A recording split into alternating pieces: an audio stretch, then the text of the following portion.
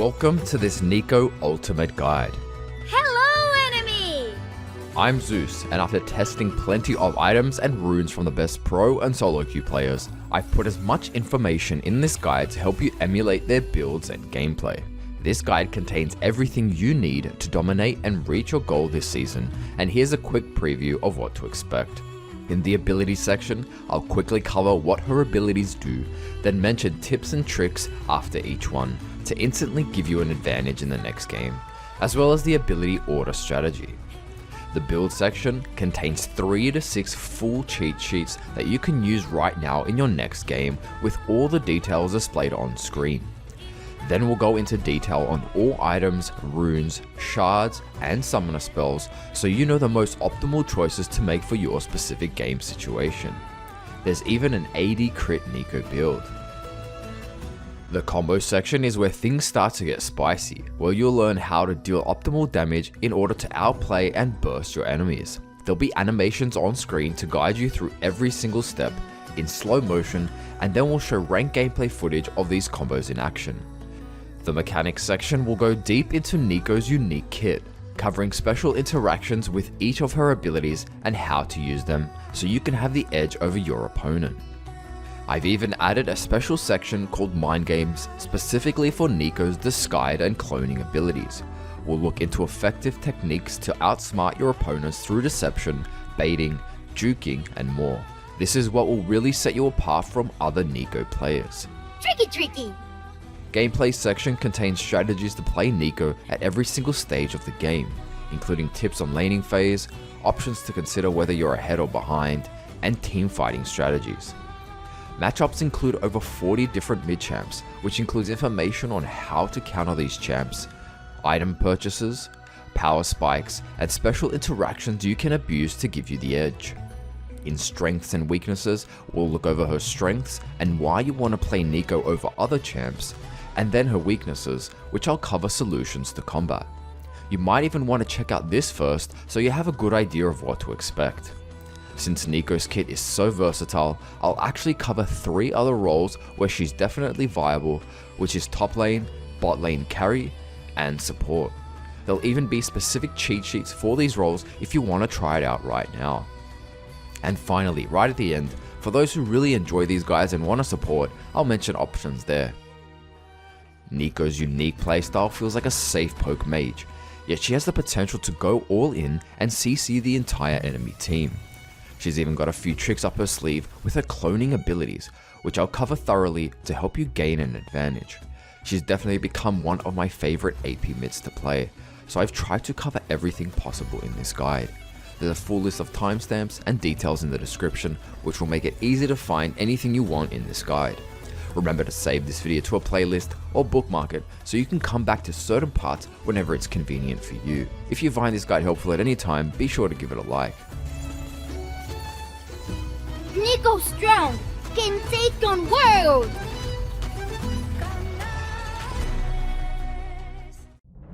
Neeko, teach you a lesson! In this section, I'm going to quickly cover what Neeko's abilities do. Right after each ability, I will show you quick tips and strategies to give you an advantage with footage from ranked gameplay that you can use in your next game. So even if you may know what the abilities do, you'll still want to watch most of this section because of the tips and tricks. There'll be plenty more in-depth information on her abilities in the mechanics and mind game section if you're really after that extra edge over your opponents. Neeko's passive, Inherit Glamour, allows Neeko to temporarily transform into any of your allies. You can auto-attack in your ally's form, but you cannot use their abilities. You remain in this form until one of the following occurs. You use your Q or E abilities, the second part of your ultimate, take any damage from enemy champions, or you transform into another ally, which has a 2.5 second delay before you can transform again. This means you can use auto attacks on enemy champions and your W ability in your disguised form without revealing Neeko. This ability is mostly about mind games, and as I mentioned before, I included a complete section that explores the potential of this ability, but I'll quickly go over the most common techniques now. You copy your ally's HP and resource bar, so use it to bait enemies into thinking you're an easy low HP kill. Appearing on the map as your jungler can give the other enemy laners a false sense of security, thinking they've just seen your jungler appear mid. You can even fake an invade by appearing as your most fed ally. Just be careful if the enemy calls your bluff. Try not to transform into any dead allies or right in front of the enemy, as this will make it obvious that you're the real Neeko. You copy your ally champion's base movement speed stat. What items they purchase won't affect the speed, so it will remain the same the entire game. When walking to lane, transform into the ally which has the highest base movement speed to get to lane slightly faster, or even while you're roaming the map. You might even need to use the movement speed to catch an enemy or get away in clutch situations. Transforming into a champion that has longer auto range than Neeko, for example Caitlyn, will not adopt Caitlyn's attack range. Transforming as a melee champion lane can make CSing harder, so keep that in mind. Just transform back to Neeko or another ranged champion if melee range is too risky. Just for clarity, the purple HP bar is your ally's HP when you transform into them. This is what the enemy sees. This is actually bugged at the moment. I have some old footage which shows Neeko actual HP is yellow, while the ally you've transformed into is the bar on top. In my case it's purple, which is what enemies will see. However, right now, both bars appear the same, so basically, you'll have to remember how much HP you have before you transform. Using your passive doesn't stop your recall, so it may be best to transform during the backing animation into a full HP tank to avoid enemies stopping your back, or perhaps bait enemies by transforming into a low HP ally champ to start a fight. Her W ability has baiting and juking potential that can be used in synergy with this ability, and I'll cover that after her Q ability. Her Q, Blooming Burst, is a small AoE skill shot. If it kills an enemy unit, or damages a champ or large monster, it will deal extra damage after a short delay. This ability can deal 3 ticks of damage in total, with the first dealing the most. This is great for AoE damage when enemies are bunched up. It's amazing for wave clear. Try to have at least one low HP minion to get extra procs. Ideally, you want a very low HP minion and a medium to low HP minion to ensure you get the 3 Blooming Burst procs. Use it to take neutral monster camps, including Blue Buff, Dragon, and Baron, since they will trigger the extra procs. Most enemies will try to move out of this AoE to take any further damage from the extra procs, so we'll be using CC from our E ability and R, which I'll go over shortly, your ally CC, and even items to get the guaranteed max damage from this ability. Use it to check brushes. If the animation procs again, someone is in that brush. Her W, Shapesplitter, has 2 parts. A passive which empowers every third auto for extra damage and grants her some bonus movement speed.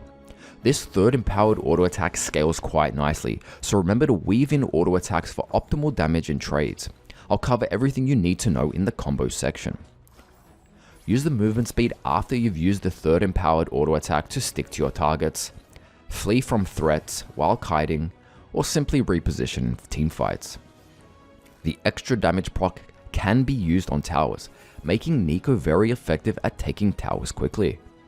Her head brightens up when this passive is charged up and ready. If you're transformed, there is no animation above your disguised champion's head, so you can just check above the abilities to see how many stacks you have. And just for clarity, you will get the bonus damage from your third auto in your disguised form. The second part, the active, allows Neeko to become invisible for half a second while sending out a clone of her current form running in the direction you target for 3 seconds. You and the clone gain bonus movement speed. This is effective to get away using the clone as bait. Using it in tight areas will force enemies to possibly chase the clone, allowing you to escape. I'll expand on this in the mind games section. The movement speed is great to get away, catch an enemy, or reposition in a fight. Use it to bait and absorb enemy abilities, as your clone will tank skill shots, targeted abilities, auto attacks, and even actives from items. If you're fighting around minions, using the invisibility from this active will drop enemy minion aggro. It can tank up to 2 tower shots, which can be useful for a dive and a few other creative plays. Use this before and engage to surprise enemies, as it synergizes with your ultimate, which I'll follow up on this soon. There'll also be plenty of effective techniques and combos. The clone is great at checking brushes, as well as scouting areas where you lack vision, such as Baron and Dragon Pit, as it provides the same range of vision champions have. This active doesn't cost any mana, but it has a long cooldown, around 20 seconds early game, so use it carefully, as anytime it's on cooldown, you'll be vulnerable to ganks. You can use the movement speed it provides to get to lane slightly faster, or when roaming the map. If you need to use a health pot, use it before you create a clone. If you use the potion right after this ability, the enemy will be able to tell which is the fake Neeko, since the real one will have the green healing animation. Her E, Tangle-Barbs, is a skill shot thrown out in a line, damaging and rooting all enemies it passes through. If it hits at least one enemy, it becomes empowered and will speed up, increase the root duration, and increase the width. It's extremely effective to aim it through minions, especially in laning phase. The increase in speed and width will make it harder for enemies to dodge, and the increased root duration will allow you to land an easy Q with multiple Q procs. This is best used in teamfights when enemies are bunched up, as there's way more chance to activate the empowered E. You can even use the frontline tank as a target to empower E to hit a target in the backline. You can check brushes with E. If there's a tangle animation, there's an enemy in that brush. Each tangle animation represents a unit. This will be essential to setting up all your damage and generally making plays all game, so check out the combo section where I cover all simple and flash combos. Finally, her ultimate, Pop Blossom, is a large AoE ability that shields Neeko, stuns enemies, and deals damage. It takes over just 1 second to wind up, and even though you jump for around half a second before you land, you will still be hit by enemy auto attacks and abilities. You have an initial shield, plus the shield increases for each enemy champion nearby.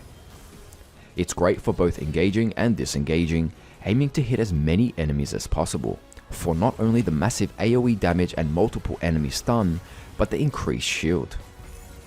You can use abilities, flash, and Zhonyas right before you leap in the air, but not during it. You can wind up your ultimate while disguised as your ally, and enemies will not have vision of your ultimate while it's charging up. This makes it extremely effective to surprise and deceive enemies. Using the invisibility from W can also help with the surprise factor. Although her ultimate has insane potential to change the outcomes of entire games, the channel and wind up time leaves plenty of room for enemies to react. Therefore, we'll cover every technique and strategy to ensure you increase your success rate. There'll be effective techniques in the combo section specifically, but there'll be even more in-depth info in the mechanics and mind game section. Ability order. For AP builds, Neeko's Q is her highest potential damage, wave clear, and poke in lane, so max this ability first. Her E should be max second, as each level will increase the root duration and decrease the cooldown. Her W should be max last, unless you are going AD Neeko, where we actually level this first in order to utilize the empowered auto attacks. I'll cover that in the build section, specifically the bot and top lane. There are a few other variations with E and Q for the support role, and that will also be covered in the other roles section. And just for clarity, you want to level your ultimate whenever you can, which is at level 6, 11, and 16.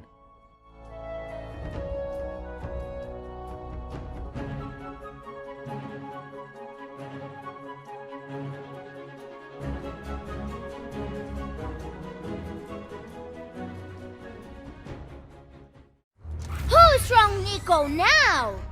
This section contains all the information you need on runes, items, summon a spell, and ability order options. I've laid them out in a cheat sheet style with everything you need on one screen, so you can use them in a game right now, but I'll also go into further detail to make sure we cover every specific choice. Major runes. Neeko is mostly played as a mage, providing plenty of AP damage and great CC. However, she has room for niche playstyles, such as an AD build that makes use of a third auto proc on W. In terms of optimal major runes, there are 3 that both pros and high tier solo queue players prefer: Electrocute, which is the most popular, Arcane Comet, and Press the Attack, which as earlier mentioned is strictly for an AD Neeko build.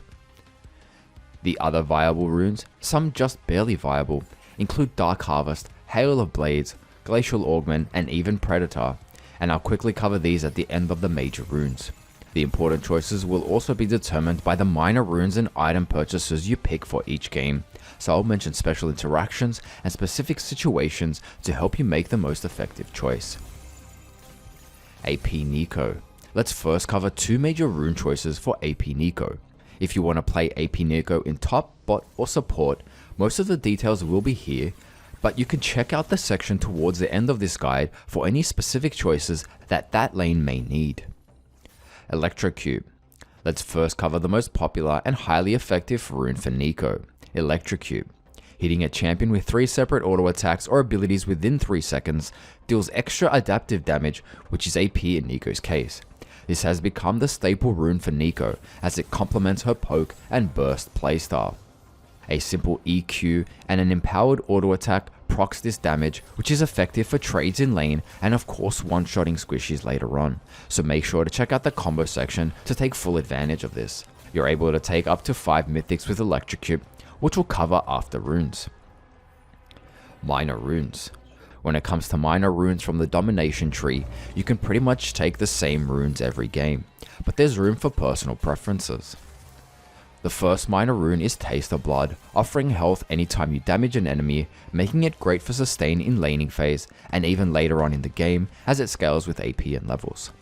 Cheap Shot is a close second choice if you really want to prioritize damage. This damage will proc anytime you land E, your ultimate, and even unique cases like the Everfrost active item.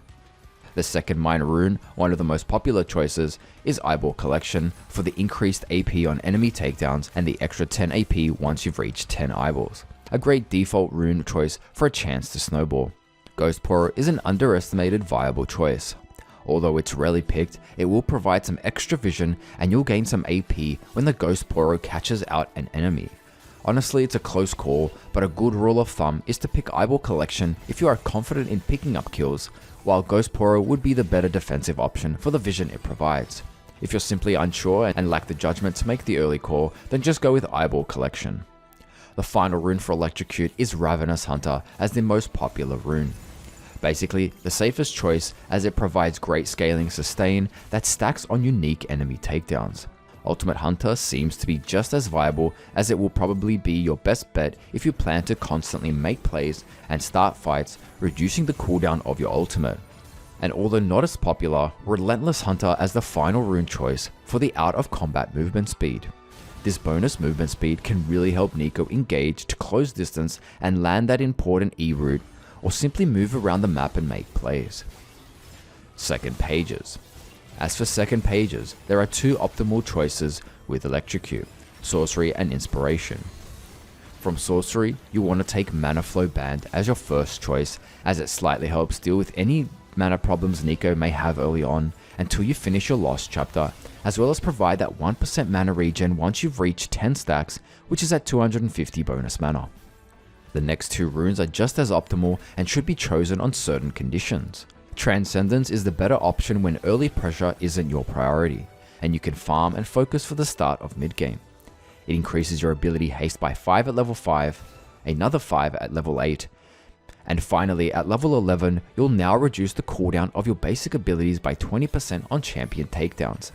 This has some great snowball potential, but again, you won't really feel its effects until later on. A much more effective rune earlier on is Scorch, as it deals bonus magic damage anytime you land Q and E, and even an empowered auto. If you really plan on dominating early lane, then you'll want to take this. The next few runes aren't exactly non-optimal, as they can work for certain conditions, but they aren't exactly as convenient as the previous three. Gathering Storm seems to always deserve a mention, as it's the ultimate late game rune, providing 24 AP at 20 minutes, 48 AP at 30 minutes, and a massive 80 AP at 40 minutes, which is the same amount of AP most mythics provide. Although you'll gain massive AP power spikes at these stages, solo queue can be hard to predict and therefore makes this an inconsistent rune. Absolute Focus can be viable if you're strictly playing from a safe range and are able to stay at 70% HP. However, this doesn't really synergize with Neeko's playstyle, as you'll almost always want to get in deep to land your ultimate on multiple enemies. Nimbus Cloak provides movement speed after using a summoner spell, which can allow you to position for your ultimate. However, this isn't quite necessary as it provides the movement speed after using flash, which will either be wasted if you flash right before your ultimate activates, and if you use flash early, you'll lose any surprise factor. I wouldn't really recommend this rune, but considering there's a percentage of players who use it, it was worth a mention in this ultimate guide. The other second page you'll want to consider with Electrocute is the inspiration tree. As for the first choice, you'll almost always want to take Biscuit Delivery for the added safety during laning phase, restoring 10% missing HP and mana. Remember, these are better used when you're lower HP over actual health potions, as they heal you based on missing HP and missing mana. However, if you do need a clutch mana restore, then don't hesitate using these. The second choice is Cosmic Insight, providing summoner spell haste and item haste. This synergizes especially well with Rocketbelt, Everfrost, and Zhonya's. A third choice, specifically to be taken over Cosmic Insight, is Time Warp Tonic, which instantly grants 50% of the HP and mana from your consumable. Additionally, granting you 5% movement speed while under the consumable effects. This synergizes best with Biscuit Delivery. As always, a budget choice is Magic Footwear, but I would rarely recommend this as movement speed can be crucial for Neeko's playstyle. Perfect timing for the absolute final choice. Only take this if you plan on buying Zhonya's. This can help with certain early fights and matchups, especially against champs with burst potential. This is much more viable in the support role, and we'll cover that in the other lane section. Arcane Comet. This is the second most common major rune, focused mainly on a poking playstyle. It has some interesting interactions with Neeko. Each proc from Q will actually reduce the cooldown of this rune. Your W empowered auto does not reduce the cooldown of this rune. Although the Comet can be dodged from Qs, landing your E or ultimate will guarantee the damage from this rune. Even one of the mythic items, Everfrost, will help you land this rune. You could also opt for this rune if you prefer the Sorcery runes over Domination. If you want more details on the minor rune choices for Arcane Comet, check out the minor runes right after the previously mentioned Electrocute build we just went over. Comet vs Electrocute. If you're wondering which is better for your situation, here are some things to consider. Comet does AoE damage, which is slightly better for teamfights, whereas Electrocute is single target. Comet is safer against long-range champions that would make it very difficult to get in auto attacks and therefore proc Electrocute. Comet can be dodged, whereas Electrocute is guaranteed damage. Sorcery has slightly better keystone choices for Neeko, another reason to pick it over Domination. If you really want to focus on trades, snowballing and dominating lane, Electrocute is the better option, and this definitely seems to be the preferred strategy in this current meta. Electrocute is slightly better early game, Arcane for later game. In some matchup in other roles, you may also struggle to get in close, making it hard to proc Electrocute, and therefore again, Sorcery becomes a safer choice. AD Neeko. Before we get into runes and items for AD Neeko, let's cover how your playstyle should change when using this build. The most obvious change is her damage output. Instead of relying on abilities to deal most of your damage, you'll now be relying on auto attacks to get the job done. Apart from the very early laning phase, your Q should be the least priority ability to focus on compared to AP Neeko, especially later on, as anytime you waste casting this, you'll lose damage from your auto attacks and perhaps allow the enemy to either close distance or get away while you stand still casting this. Your E will now become your main peel tool, allowing you to auto attack the rooted victim, or simply get away. However, it's still just as effective to catch out enemies. Your ult should be used in a similar fashion. Instead of having the mindset to jump into multiple enemies to burst them like AP Neeko, you should rather use this as a defensive tool, peeling any threats that get too close. The shield and stun will give you enough time to either get away or auto attack the stunned target. Make sure to use your passive disguises and W clones, and there'll be heaps of strategies in the mind game section. Press the attack, bot or top lane. If you're keen on playing Neeko bot carry or top lane, press the attack is a viable option for an AD build. It can be viable mid, especially against melee champs where you're able to auto attack safely from distance and you'll be able to do more consistent damage without relying on skill shots. It's also viable if you just want to play AD Neeko and perhaps your team has enough AP already. After 3 auto attacks in quick succession, enemies become vulnerable and take 8 to 12% more damage from all sources. Since you'll focus on building attack speed, this will be easier to proc. You'll want to max W with this build to maximize damage from your third W empowered auto, then max E. You can actually skip on leveling Q early game, but it's still fine to level it once, especially early on, as it can provide a little bit of extra damage. Just for clarity, because you pick Neeko bot or top lane, it does not mean you have to pick press the attack. You can still pick one of the previously mentioned runes, but it is probably the only viable AD rune for Neeko. There are actually 2 different builds for AD Neeko. Number 1 is a crit build, and number 2 an on-hit build. If you want to see reasons to play one or the other, check out the other roles section where I'll compare and go over the pros and cons of each build, helping you make the most optimal choice. It will also have separate cheat sheets for either bot or top lane, as there are a few variables. Crit build. Here is a cheat sheet for crit Neeko. As stated in the name, you'll be focusing on purchase critical hit chance. I'll be talking about these items later in the section, specifically the mythic and legendary item part. On-hit build. Here is the cheat sheet for on-hit Neeko. Item choices will focus mostly around bonus damage from items that synergize with your attack speed. Items in this cheat sheet will be discussed later in the section as well, specifically in the mythic and legendary item part. These 2 builds, crit and on-hit, have simply been added here for convenience, as you'll be able to find all the cheat sheets in this build section here. But anytime you want more information, just check out the later sections, bot and top lane, for way more in-depth info. Lethal tempo.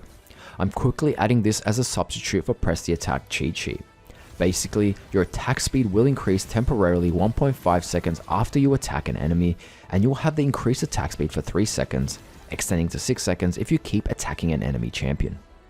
It also lets you exceed the attack speed limit when this is activated.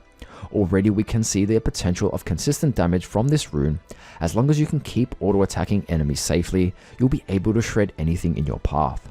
Comparing this to press the attack, it has slightly better scaling late game, especially if you prioritize attack speed in your build. Press the attack will make opponents vulnerable from all sources of damage, even your allies, so it may be slightly more favorable in teamfights. It can be hard to properly decide which is ultimately better, so if you want, try both and see which you prefer, and take items into account. Otherwise, stick to press the attack and you can't go wrong with any AD or on-hit build. Check out the latest sections, bot and top lane, for way more in-depth info on these roles. Minor runes. Minor runes have 3 distinct choices. For the first minor rune, try for the missing percentage health restore on champion takedowns and a small 20 gold reward. Legend Alacrity as a popular second minor rune, as it not only synergizes with this playstyle, it will help proc your empowered auto attacks, ideally numerous times in an extended trade or teamfight. Legend Bloodline seems to feel safer though, as it will provide sustain, and this will stack up to 9% lifesteal, making it amazing to stay alive in extended fights or trades. Finally, Coup de Grace for the increased damage against champions that have less than 40% HP. Definitely one of the best aggressive choices. Other possibilities for the last 3 mentioned runes include Overheal for Triumph, but you would most likely want to synergize this with Lifesteal or Omnivamp items. And finally, Cut Down if you're up against 3 or 4 tanky champions, as you will generally have more damage output overall compared to Coup de Grace. Second page options. The most common second page is from the Sorcery tree. There's a bit of flexibility, but considering you'll be looking to scale, Gathering Storm becomes an optimal rune as it offers extra AD every 10-minute intervals, setting you up for late game dominance. The next 3 minor runes from Sorcery are flexible. Absolute Focus will increase your AD while you maintain 70% or more HP, and with some lifesteal, this becomes manageable. A great option if you're looking to dominate and offense is your main priority. In terms of defense, Nullifying Orbs can be crucial against heavy AP burst, as it may just be the reason you survive and prevent you from getting one-shot. Celerity Rune is great as well, as it can be used to either stick to targets with the bonus movement speed, helping you kite and keep your distance from certain threats, or simply use the extra speed to get away. This synergizes really well with your W movement speed boost, increasing the bonuses later into the game. there'll also be item choices to increase these bonuses.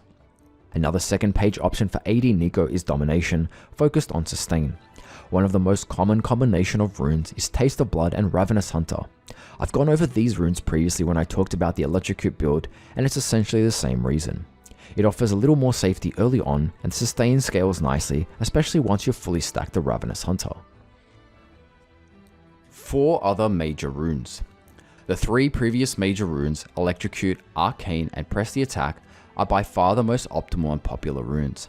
However, there are 3 more runes I want to quickly cover since this is an ultimate guide. Dark Harvest. One of the best snowballing runes in League, it deals bonus damage anytime you damage a champion below 50% HP. Additionally, you will harvest their soul, permanently increasing this rune's damage the next time you proc it. This has huge potential to snowball and guarantees an insane late game, as you'll seriously blow up any squishies with a full combo. There are a few drawbacks, specifically when you are taking this over Electrocute. You will need to get champs below 50% HP to consistently pick up souls, which will be inconsistent against some champion matchups, compared to the consistency of Electrocute or even Arcane Comet, which can be procced at any time. Another reason is the current meta doesn't seem to favor the late game orientated playstyles, making early game pressure your highest priority. Again, making Electrocute the safer snowball option early on. However, if you trust your judgment and feel the game will go to late and you can consistently pick up souls, then feel free to take this rune. Glacial Augment. Before the Season 11 item changes, Glacial Augment was the most optimal rune for Neeko, as it complemented her playmaking playstyle, synergizing with the now deleted items Hextech GLP and Twin Shadows. However, with this new season, even though you can still use auto attacks to proc the slow, you'll only have one item option to make this rune effective, and that's Everfrost. Landing the Everfrost active, whether it's the slow or the root, will shoot out a freeze ray through the enemy, freezing the nearby ground for 5 seconds and slowing all units inside. You'll still have the same potential to slow enemies in lane with auto attacks and then follow up with your E-root, increasing the chance to land it. And the slow can be useful in keeping enemies in your Q AoE for slightly longer. However, you'll really sacrifice a lot of damage compared to the previously mentioned runes. I'd pretty much only advise you take this top lane against melee champs or perhaps support for the added peel you can provide and a much more utility based gameplay. Predator. This rune specifically works around Neeko's engage. With the Predator active, you will ramp up in speed, allowing you to position much closer to the enemy, potentially landing more ultimates. It even provides additional damage anytime you damage a champion with auto attacks or abilities. This rune is really pushing the limit of what is viable, but considering there are a percentage of players who use it, it is worth mentioning. If you're focusing on making plays around your team, then feel free to test this out, hopefully in normals first. This rune favors a utility playstyle, so it's usually preferred in bot lane when you're playing support, but still viable mid. Hail of Blades. The final rune which really pushes the viability is Hail of Blades. You'll gain 110 attack speed when you attack a champion for only 3 auto attacks.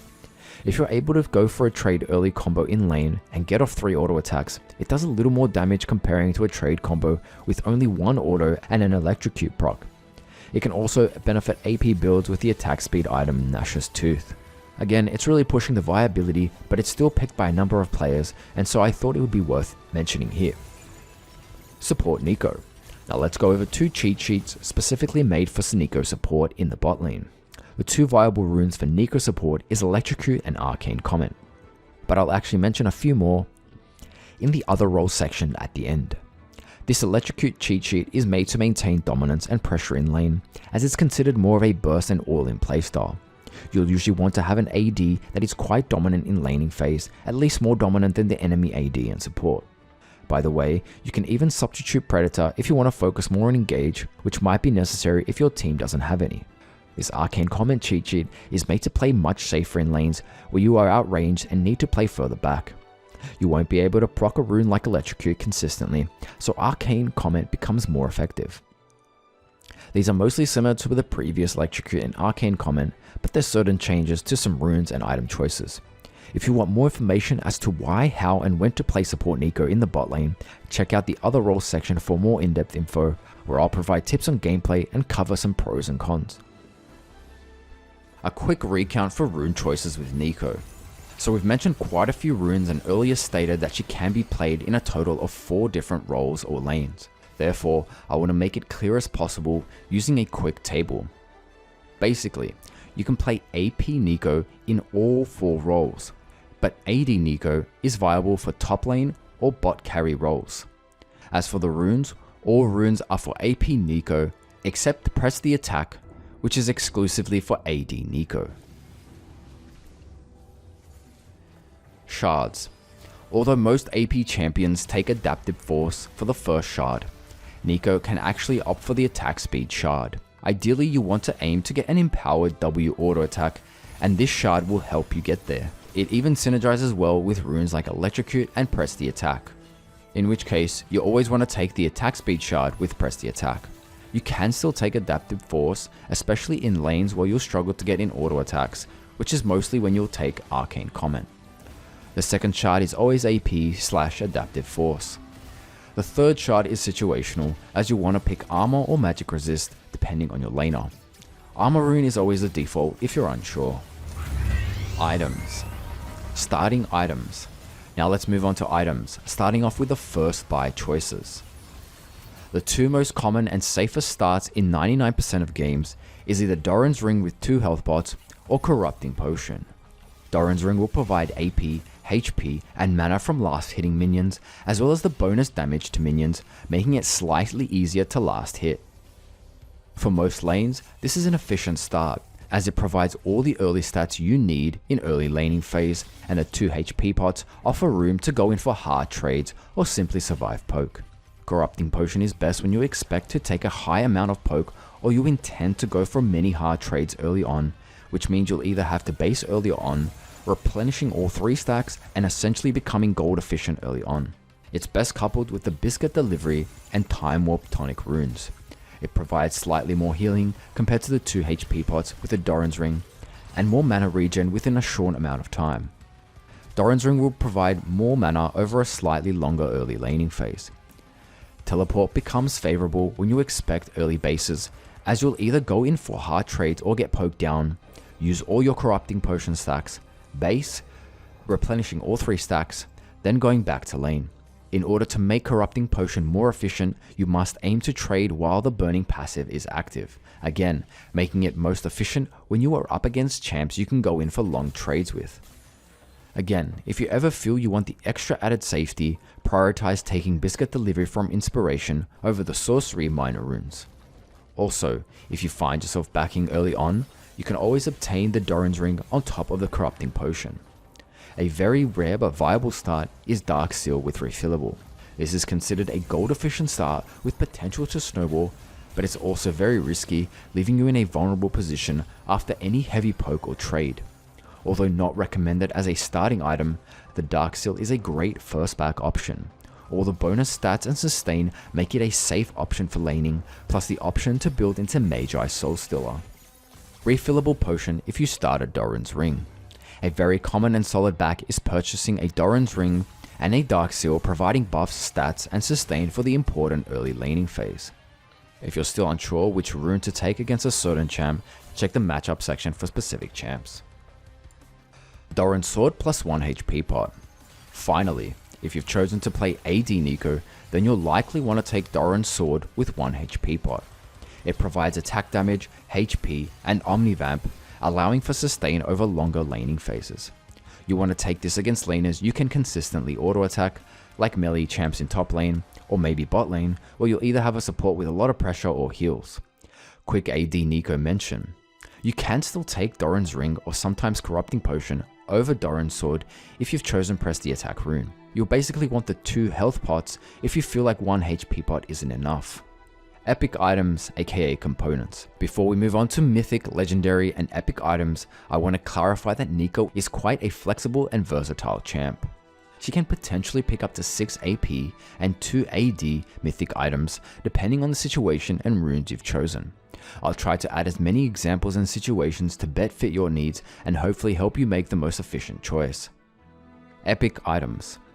Let's cover the 5 main epic items, aka components, that will build into your mythic or legendary items. These will be the first main items you'll want to be aiming for during the laning phase, whether it's buying the basic items like Amplifying Tome, Sapphire Crystal, etc., or buying them completely outright if you have enough gold. The most common epic item, which builds into 2 mythic items, is Hextech Alternator. It provides ability power and a passive which deals extra damage anytime you auto attack or land an ability on an enemy champion. This will be your first power spike from items, as the extra burst can help in one-shotting some squishy mid-champs with a full combo. The cooldown passive is 40 seconds, so be sure to proc this when you can for extra poke with auto attacks Q or E. This will be one of your main goals early on, so aim to reach 1050 gold before you back. This component will be necessary to complete the 2 mythic items, Hextech Rocketbelt and Night Harvester, which I'll cover in the mythic items section. The 2 most common epic items you'll be buying for 3 out of the 6 mythic choices for Neeko is Lost Chapter. This item provides ability power, ability haste, and the ever important mana to sustain you through laning phase, eliminating any mana problems and allowing you to essentially spam your abilities at this point. The passive restores 20% maximum mana over 3 seconds once you've leveled up, again providing the mana you need to spam abilities. You'll be able to spam Q and E safely in lane, picking up important CS as well as poking the enemy. This will be one of your main goals early on, so aim to reach 1300 gold before you back. This component will be necessary to complete the 3 mythic items, Everfrost, Liandry's Anguish, and Luden's Tempest, which I'll cover shortly in the mythic items section. Going back to the Hextech Alternator and comparing it to Lost Chapter, Alternator is 250 gold cheaper, and you'll have the same amount of AP and more overall damage from the passive, but you won't have any mana sustain, which can be an issue early on in some matchups. Try to supplement this mana weakness with either blue buffs or prioritizing mana rune choices. The 3rd most common epic item is the Seeker's Arm Guard, which builds into the legendary item Zhonya's Hourglass. This is one of the most effective items to counter AD champs mid, providing AP and flat armor, as well as a potential 30 armor, as you'll gain 1 armor per unit kill, which includes minions, jungle camps, and enemy champions. Once you have this fully stacked, it will make it almost impossible for most AD champs to combo one-shot you, and you'll more than likely come out on top in trades. The last and least common epic item you'll want to finish early on is the Leeching Seer, which builds into Riftmaker. It provides AP, HP, and Omnivamp, which heals from any AD, AP, or true damage dealt. AD Neeko. Your first and only AD epic item for Neeko is Noon Quiver, providing AD attack speed and additional physical damage to minions and monsters. This will be necessary to complete the 2 mythic AD items, Kraken Slayer and Galeforce.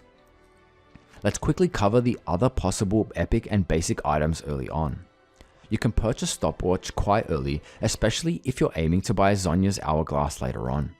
Great for making plays around objectives, 1v1ing some champs, for example Zed, surviving risky dives, and generally baiting enemy abilities or enemy champions to commit into fights. Oblivion Orb might be the most efficient buy against heavy healing comps, as it reduces healing to 40%. Executioner's Calling, which is the AD version of Oblivion Orb to counter healing if you're playing AD Neeko. All other items are basic and epics that are stat boosters and will be necessary to build in your mythic or legendary items, so won't need any further explanation. Boot choices. In terms of boots, you'll want to pick up basic boots anytime you have the 300 gold laying around, or perhaps you need the extra movement speed where dodging skill shots is crucial for laning. As a quick mention, you can rush your 2nd tier boots before you finish your mythic items and even your other components if you want to prioritize the movement speed or any effects the boots provide. Sorcerer's Shoes. Very solid choice for Neeko, as the flat magic penetration helps increase your damage, especially early on. Ionian Boots of Lucidity. These have become quite favorable for Neeko players. Not only does it provide the important ability haste stat to spam ability, it encourages Neeko's flash ultimate combos by providing 10% summoner spell haste. It's even 200 gold cheaper than Sorcerers, making it an incredible budget buy anytime you're in a desperate need of 2nd tier boots or simply want to save gold to buy something else.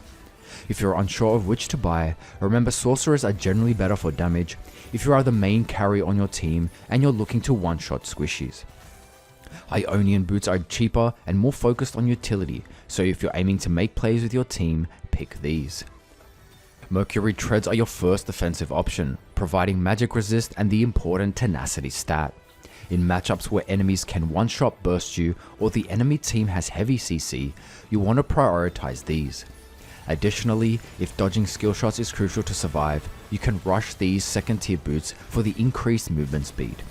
With a champ like Neeko who needs to get close to enemies and deep into teamfights, it's always worth considering against heavy CC and AP comps. I'll mention in the matchup section when you want to take these against specific champions. Plated steel caps are the second defensive option, but I would only recommend these against all AD comps or 3 or more heavy AD auto attack threats. AD Neeko. For AD Neeko, you want to purchase Berserker Greaves for the increased attack speed, making it very effective for the press the attack build. I will add Boots of Swiftness and Mobility Boots as the absolute last boot options. Swifties can be efficient against enemy comps that have plenty of slows. The extra movement speed is also great, which makes these another budget option at the low price of 900 gold compared to Sorcerers or Mercury Treads. Mobility boots are really pushing the viability, but can work if you plan to consistently roam, and it will help you get close to enemies to land that ever important E root and R ultimate. Mythic items. Here's where things start to get very interesting when it comes to Neeko. Where most champs have 1 or 2 optimal items at most, Neeko can actually choose from up to 8 mythic items, all for different situations, although some are definitely more optimal than others. First, I'll quickly cover what each item does and how it works with Neeko, then we'll compare and consider which is best for your situation and any other conditions to keep in mind. We'll start with the most common mythic item on Neeko, and that's Hextech Rocketbelt. It provides AP, HP, and ability haste, as well as the important active that allows Neeko to dash a short distance, unleashing missiles in an arc, scaling with AP. After the dash, you'll gain 50% movement speed towards enemy champions for 2 seconds. This synergizes incredibly well with Neeko's playstyle, as you'll need to get in close and stick to your enemies in order to land an effective E and of course an ultimate on multiple enemies. This is best with Electrocute and is all about snowballing the early game, aiming to burst squishies. Very strong against other squishy melee mids. It becomes very effective against mobile champs that can disengage, providing you with an effective way to get in close. There's quite a few combos with this item, so check out the next section, combos, for efficient strategies to one-shot and stick to mobile enemies. The mythic passive will provide magic penetration for each legendary item. Just a quick note is that you will lose the passive from the Hextech alternator component once you complete this item, which is the extra burst of damage. Another common mythic item is Everfrost. It provides AP, mana, ability haste, and even HP, something the 2 other Lost Chapter items won't provide. Its active, Glaciate, deals scaling magic damage in a cone, slowing enemies by 65% for 1.5 seconds, but most importantly, roots enemies in the center, creating possibilities to CC lock even the most mobile enemies. We can use this CC to guarantee multiple procs from Q, land our E root, and keep enemies CC to land our ultimate.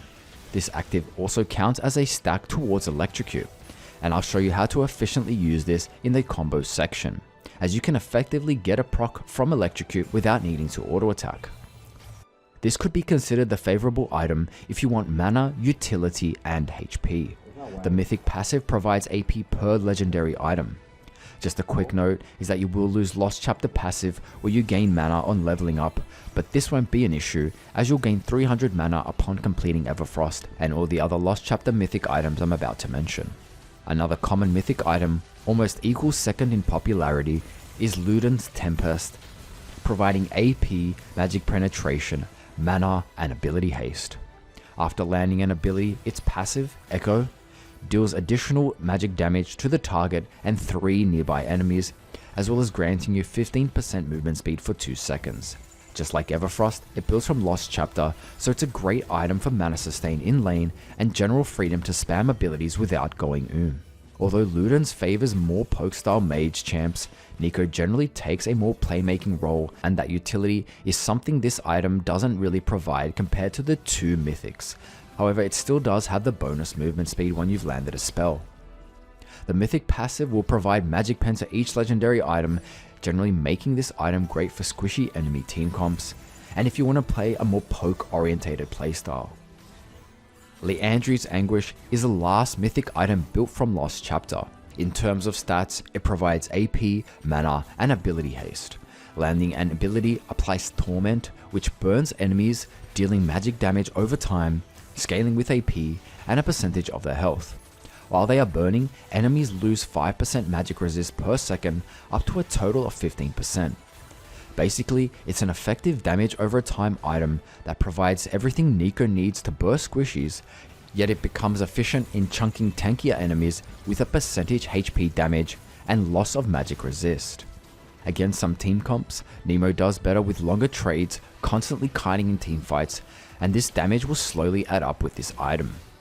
The mythic passive provides ability haste through all other legendary items, helping decrease the cooldown of your abilities, synergizing well with Neeko's playstyle of spamming E and Q in teamfights. The last two AP mythics aren't exactly the most viable, but warrant a mention as they were picked by a small percentage of players. Coming in fourth is the mythic item Night Harvester. It provides AP, HP, and ability haste, as well as a Soul Rend passive. Damaging a champion deals additional magic damage, scaling with level and AP, and grants you 25% movement speed for 1.5 seconds. This can synergize well with Neeko's kit, allowing you to keep your distance against some threats, using the bonus movement speed to kite your opponents, but also providing you with burst with the extra damage when you need to go all in, and even allowing you to output optimal damage through your W auto attacks. Damaging a new champion will actually extend the duration of the movement speed bonus, incentivizing you to stay in fights longer and aiming for multiple enemies. The mythic passive provides ability haste per legendary item, which seems to be one of the optimal stats for Neeko's playstyle, spamming your Q and E abilities. The final mythic item for AP Neeko is Riftmaker, built from the unique epic item Leeching Seer. It provides AP, HP, ability haste, and the most unique stat compared to the other mythic items mentioned, Omnivamp. Omnivamp basically heals Neeko from any damage dealt, whether it's AP, AD, or true damage. Its passive, Void Corruption, deals 2% bonus damage for each second you damage an enemy champion, which caps at 10%. Once you've reached 10%, which will take at least 5 seconds of being in combat, this bonus damage is dealt as true damage. The mythic passive provides percentage magic penetration per legendary item. Although there is potential to snowball teamfights with the extra true damage, it doesn't synergize with Neeko's all-in burst playstyle and takes too long to get going. Perhaps against some team comps where you can constantly kite, it may just work. Definitely a very niche choice, and I would rarely recommend this, but again it's worth the mention as she still makes use of all the stats. AD Neeko, Kraken Slayer. The first and most popular AD mythic, specifically for AD Neeko, is Kraken Slayer. Providing AD attack speed, crit strike chance, and the Bring It Down passive, which deals additional true damage every third attack, scaling with bonus AD. Already, we're able to see how this synergizes well with Press the Attack Neeko. Not only is this playstyle built around activating your third auto attacks from the Press the Attack rune and Neeko's W empowered auto attack, you now have this item's passive true damage to add on to that. If you're in a team comp that can peel for you, or perhaps the enemy team comp can be easily kited, you will unleash massive amounts of consistent damage, shredding everything in your way. The mythic passive grants all other legendaries 10% attack speed, synergizing perfectly with this playstyle. Galeforce. And finally, the last AD and mythic item in general is Galeforce, providing AD, attack speed, and crit chance strike. Additionally, it provides an extremely effective active, Cloud Burst, allowing Neeko to dash in a target direction, firing 3 missiles at the lowest enemy near your destination, prioritizing champions. It deals magic damage, scaling with level and bonus AD, and increases its damage against low HP targets by up to 50%, and this is achieved when enemies are 30% or lower HP. Apart from the great execute damage, this active has an incredible amount of outplay potential, especially with Neeko's kit. Getting in closer to land E or ultimate, or simply using it to escape from any threats. Just for clarity, you cannot dash through terrain.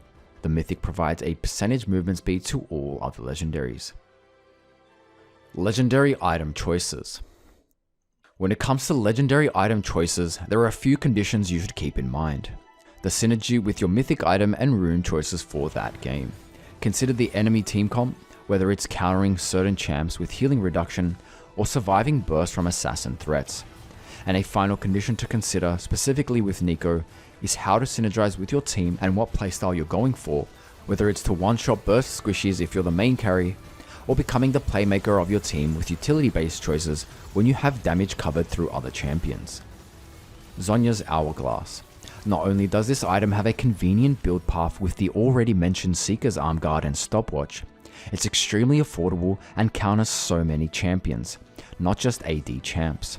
It also synergizes with Neeko's playstyle, as once you've used all your abilities and find yourself in the middle of the enemy team in vulnerable territory, you can just activate Zhonya's, wait for your cooldowns, then continue outputting damage in most situations where your team can capitalize and jump in to back you up. There's quite a few interactions worth mentioning that can give you an advantage, and I've added this in the combo section. I found myself building this item second or third in most games simply because of the playmaking potential, but it can be bought anytime you feel it's necessary, sometimes even before you finish your mythic, or maybe as a last item. It works with every rune. By the way, even though it does have so many advantages, if you're extremely confident you won't die and there aren't any big threats, you can always skip Zhonya's. Just a quick note, since you have shield after your ult, Zhonya's may not be necessary straight away, instead waiting until your shield is gone to then pop Zhonya's, as you may be able to absorb and bait out more enemy abilities, although there is then the risk of being CC'd and one-shot since you are squishy. Again, check the combos for the ult Zhonya interaction. Morellonomicon. As already mentioned earlier in Oblivion Orb, this will be necessary against heavy healing comps. You may need to prioritize other items so you can complete this item later on, as Oblivion Orb already provides the important healing reduction passive. It does however increase the healing reduction effectiveness to 60% when enemies are below 50% HP once you've fully completed the item, which again can be extremely important against very heavy healing comps. Horizon Focus. The Hypershot passive activates anytime you land E or ultimate, amplifying your damage. The massive flat AP this provides will help you one-shot many squishies. For clarity, you can activate this at around max range Q, as well as the Everfrost item active. Void Staff. This will be the #1 choice to counter magic resist. Although usually bought as the 5th or final item, don't hesitate to buy this earlier if you do notice enemies buying MR, or if you simply want a cost-effective item that can give you that early power spike compared to other items. In fact, many higher elo players actually consider this as a second buy most of their games, regardless of how the enemy is building. Again, perhaps for the cheap price, as it counters another mythic passive item. One of the things to consider is that if you are snowballing and you have the gold, you should probably prioritize heavier AP items like Horizon Focus and a few more items we'll mention. Magi Soul Stiller. This has become a much safer choice in Season 11, specifically because it counts as a legendary item, meaning you will obtain the bonus mythic stats for only 1,650 gold, the cheapest legendary in the game. By the way, this item becomes gold efficient at around 7 or more stacks. If you already have stacks on Dark Steel early on, then this will definitely help you snowball. Again, like Zhonya's, this works with any rune and should be considered if the conditions are right, aka you're snowballing a lead and confident you will get kills and have a low chance of dying. You should sell this item late game if you lose stacks and can afford another legendary item, otherwise keep it at full stacks. It has insane synergy with other items like Rabadon's Deathcap and Everfrost's mythic passive that increases your AP. Rabadon's Deathcap, the ultimate late game item for AP champs. Once completed, it will provide a massive power spike, increasing all your AP by 35%. However, it comes at a hefty cost of 3,800 gold, the most expensive item in the game. If you're against 3 to 4 squishy champs and find yourself snowballing, then this will take advantage of that, seriously allowing you to burst, one-shot and deal massive amounts of damage in teamfights. Banshee's Veil, a solid defensive item against AP and CC threats with an extremely useful spell shield that blocks the next enemy ability, which against certain threats could be the difference between winning and losing a teamfight or even the game. The next 4 legendaries aren't exactly optimal, but considering Neeko makes use of all of the stats, they have niche uses for certain situations. Nash's Tooth. This has high potential on Neeko as long as you can consistently kite and auto attack. Considering she already auto attacks quite heavily in her combos, she'll make use of the extra damage on auto attacks quite well. It can even be purchased when playing AD Neeko for the general attack speed and on-hit effects. This synergizes well with the split pushing strategy, and I'll mention tips on that in the gameplay section. Lich Bane. Considering Neeko outputs plenty of damage from her W empowered autos, this synergizes perfectly with her playstyle. Check the combo section for efficient ways to get optimal damage from this item. Apart from bursting champs, it's an amazing item to split push and take towers. Enemies will be forced to deal with you or risk losing towers extremely fast. Again, check out the gameplay section for more tips on split pushing. The movement speed also synergizes well, helping you get close to land E-root and your ultimate. It works with most runes, but definitely most optimal with the Electrocute burst playstyle. Cosmic Drive. This item can synergize well with Neeko with the flat stats it provides and movement speed passive to kite enemies. Basically, anytime you land abilities, it provides extra movement speed, which scales with ability haste. So I guess if kiting and movement speed is a priority, this can actually be a pretty viable choice. Demonic Embrace.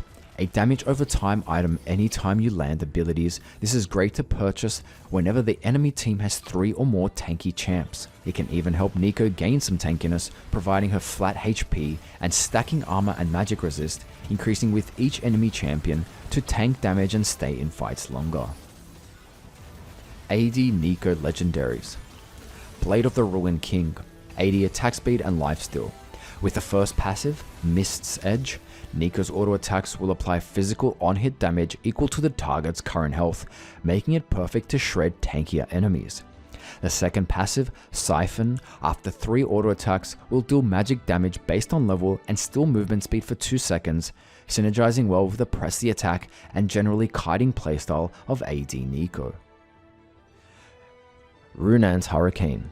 As well as the attack speed, crit chance and move speed, the passive, Wind Fury, fires 2 bolts to nearby enemies, scaling with AD, and these bolts apply on-hit effects and can critically strike.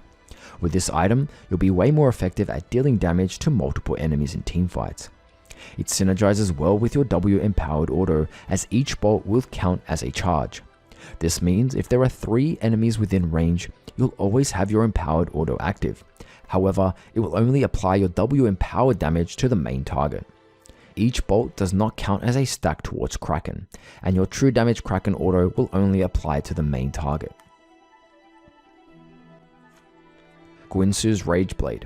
The first passive, Wrath, will convert your critical strike chance to on-hit damage, gaining a flat amount of damage for each percentage of crit strike chance. Basically, you will gain 40 AD every 20% crit strike chance.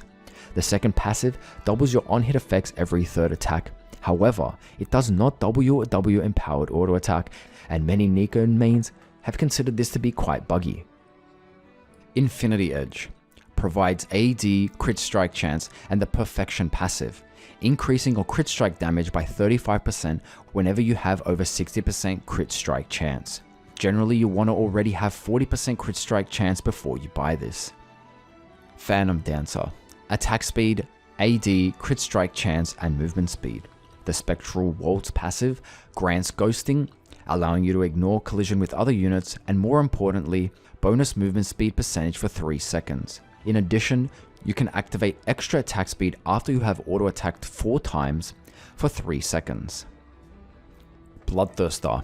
AD, crit chance, and lifesteal. The passive, Ichor Shield, allows Neeko to overheal from lifesteal, storing excess health as a shield, scaling with levels, and this decays if you haven't dealt or taken damage in the last 25 seconds. Amazing sustain, tankiness, and general survivability in teamfights. Wit's End. an AP defensive option with some more on-hit passive effects, dealing bonus magic damage every auto attack and granting flat movement speed for 2 seconds. Mortal Reminder, generally purchased towards the end of your build or any time you need to prioritize healing reduction, but you can always just purchase Executioner's Calling early on. It's also an item you may need to prioritize if the enemy starts stacking armor items. Mercurial Scimitar, a defensive option to remove any CC that has serious threat. Guardian Angel, a lifeline item reviving you anytime you lose all of your HP. This is usually built towards the end, and you can always just get a stopwatch first if surviving the next fight is of massive importance. A quick re-mention of Nash's Tooth is that this is viable with this AD on hit Neeko build, and you can purchase this earlier on or anytime you feel it will be efficient in your build. Mixed damage hybrid potential. Although you want to stick to the same damage type depending on your build, you could always consider purchasing a different damage type item if you have a specific need, or even adjust to the enemy team's builds and main threats. For example, a defensive item like Zhonya's is still viable with Press the Attack Neeko. Support exclusive items. In terms of mythics and legendary items for support Neeko, you can still pick any of the previously mentioned mythics. However, there's a few support items you might want to consider, especially if you need some budget buys. 2 mythic items worth mentioning that are up to 700 gold cheaper than other mythics. Shurelia's Battle Song provides all stats Neeko needs, AP, HP, ability haste, and mana regen, as well as important active that grants you and your allies bonus movement speed. Great for utility gameplay, setting yourself up for a dangerous ultimate and your team. Imperial Mandate, same stats as Shurelia's, but instead has a passive based on dealing extra damage. Anytime you slow or immobilize an enemy, basically landing your ultimate, you'll deal some bonus damage and enemies will be marked. Allies which then attack those marked enemies will proc extra damage.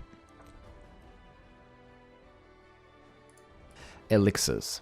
As for AP Neeko, pick up Sorcery anytime you have full build or before a potential final fight of the game. Consider Elixir of Iron in some cases, especially if you have enough damage on your team and you have taken a more utility-based role in teamfights.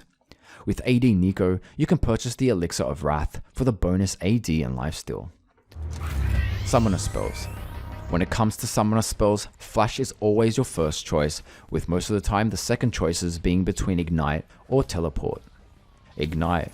This will be the main tool to secure kills during early laning phase, essentially helping you snowball and add plenty of pressure in the game. Taking Ignite shouldn't be only considered just to kill your laner. Sometimes you want it to apply pressure in early skirmishes with your jungler, with Ignite providing that extra potential to win those early clutch fights. I'll mention in matchup sections which specific champion you want to take Ignite against.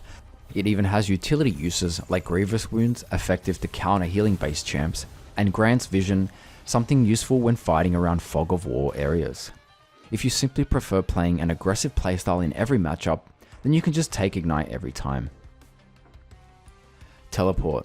This will be one of the safest choices. It provides that extra added safety early game, helping you recover from any hard trades or even an early death. You can minimize the impact from an early death by teleporting to lane and hopefully staying even or ahead in gold and experience. As well as the safety, it's great for making plays, split pushing, objective plays, and backdooring late game. I'll elaborate on these strategies in the gameplay section. Defensive summoner spells. Anytime you're up against certain threats, whether it's your laner or another champion on the enemy team, you should consider summoner spells as a solid defensive option. I'll mention some in the matchup section, but I'll quickly summarize them now. Exhaust. Usually useful against melee champs that have a small window to deal a massive amount of burst damage. By decreasing the damage, you can survive most assassin burst combos and even use the slow to land your abilities and turn the fight around. Barrier. Another useful summoner spell to withstand burst. Sometimes you want to take this against certain ranged threats that you can't exhaust because they are out of range, for example someone like a Syndra. This is slightly better than heal as it can absorb more damage and is resistant to grievous wounds. Cleanse. Very effective to remove any crowd control. Against dangerous CC team comps, this might be the best choice, especially if that CC is from range. Heal. This will be taken when you play bot lane carry, either AP or AD. The heal will be effective for you and your support. Remember to use the movement speed you need to get away or catch an enemy. And lastly, vision control items. Sweeper Lens. Upgrading your trinket to Sweeper will increase your chances to deceive. Remember, when enemies lack vision, they won't see you transform, so they'll lose track of your allies, therefore making it harder for them to guess which is the real or clone champion. It will also increase your success rate of surprise ultimate combos. Although control wards should always be high priority when you have enough gold and you have space, Neeko's kit, especially her disguise and cloning abilities, will make extra use of the vision denial. Get ready! When it comes to Pre-6 Neeko, her combos are mostly simple, with a few variations. Make sure you practice these until they're muscle memory, paying extra attention to those empowered W auto attacks, ensuring you output optimal damage. Once you've mastered the Pre-6 combos, you want to focus on how these synergize with your ultimate channel time, making sure you're able to cast it without the enemies having time to react or get away. Important mechanics. Q range note. Your Q ability will only start to cast once you're within the Q radius range.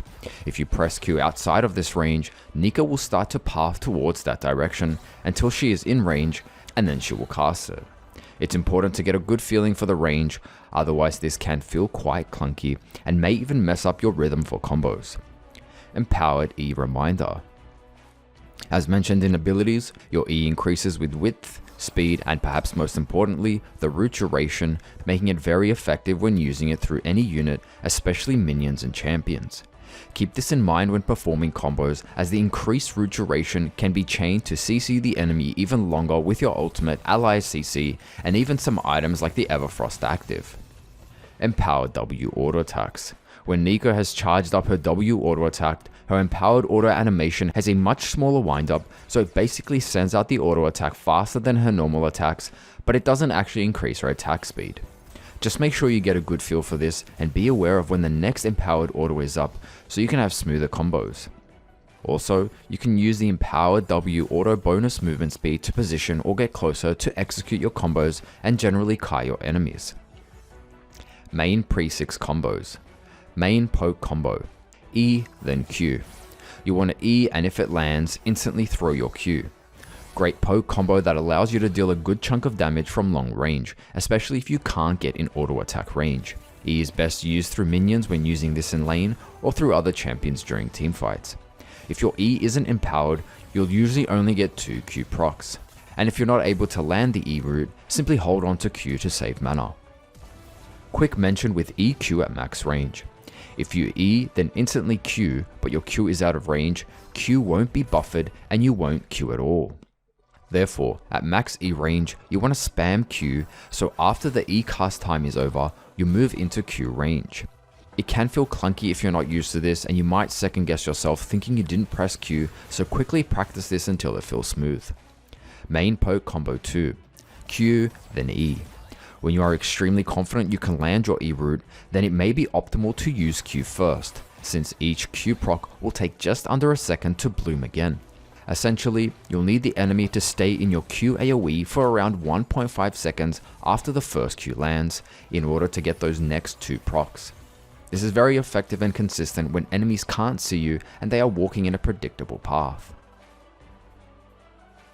Quick mention with Q then E at max range. Similar to EQ, if you Q then instantly E but your Q is out of range, Q won't be buffered and you won't Q at all.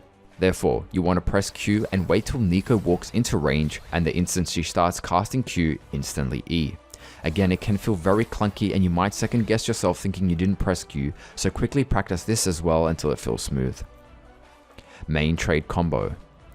E, Q, empowered auto attack. Once you hit E, they'll be rooted, allowing you to potentially proc the max damage from Q and even an empowered auto. Again, E is best used through minions or enemy champions for a longer route. Charge your W passive before this combo in order to get the most damage from this small combo. Guaranteed 3 Q procs. Q, E, empowered auto. Similar to the previous combo, but this guarantees max damage from Q if you land E. You must be confident you'll land your E, otherwise the enemy will move out of your Q AoE.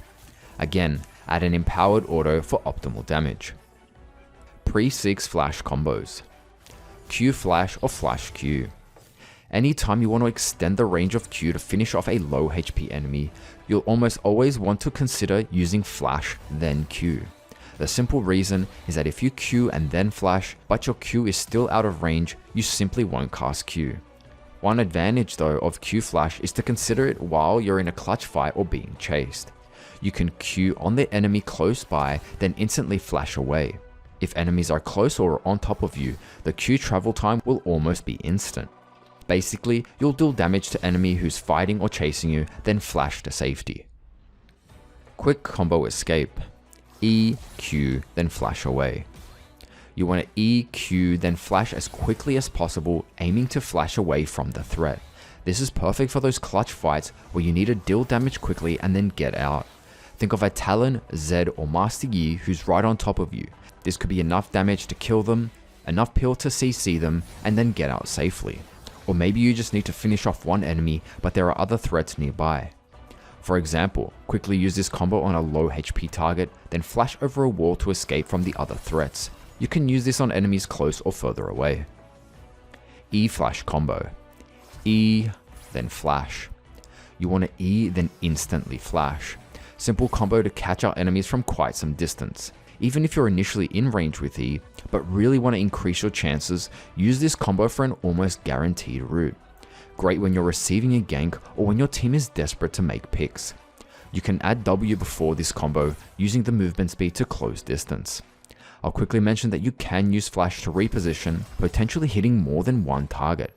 This can be hard to pull off, but it's worth mentioning as it has potential for amazing plays. So using this E flash mechanic into a solid pre-6 combo, reliable route combo. E, flash, Q, empowered auto. After you flash, just use Q on the rooted target and finish off with an empowered auto. Great for 1v1 finishes in lane or again, making picks around the map. Surprise E flash. W, E, then flash.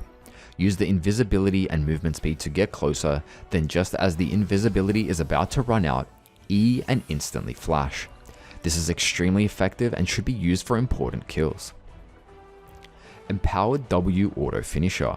Flash, ignite. Empowered auto. A lot of players underestimate your empowered W auto attack. Charge up your empowered auto on minions, flash, ignite, and auto to finish off low HP enemies. Even if you have little to no mana, you can perform this combo. Ultimate combos. Before we attempt ultimate combos, let's cover chain CC and discuss whether it's best to start with E root or ult stun.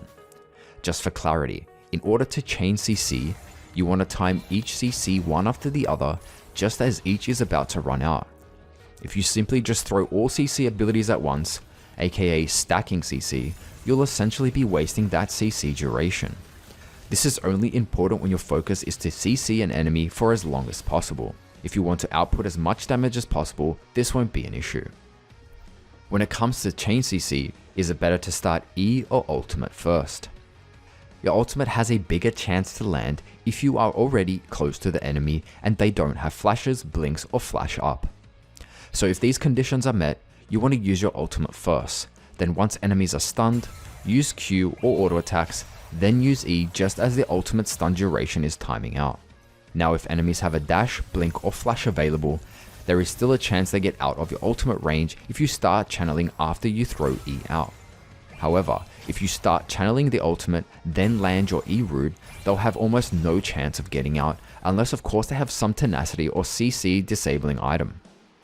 And finally, if you're able to land an empowered E, which will be the most optimal play, enemies will be rooted the entire time while you wind up your ultimate, which will guarantee you land your ultimate. Of course, there are a few factors to take into account, like already mentioned, tenacity from runes and items like Merc Treads, as well as how many levels you have in your E, which can reach up to a total of 3-second root duration at max rank 5. Notes before the first cast of your ultimate. Disadvantages of using auto attacks Q and E while channeling your ultimate.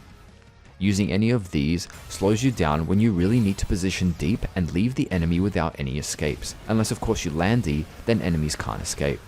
Therefore, once you press R, completely focus on landing it, then follow up with abilities. full combo close up. R, Q, E, empowered auto attack. This combo assumes you are close enough to the enemy or enemies in order for them to be stunned from your ultimate. Once they are stunned, follow up with Q, and right before the stun runs out, use E to further CC them. Continue with auto attacks, making sure to get at least one empowered W auto. Full combo. Need a gap closer, land E or clone. Basically same combo as the previous one with a few variations depending on your situation. If you need to gap close, use flash just before you finish your R wind up. If you want to surprise enemies with your full combo, make sure to transform, use W, then R while in clone form.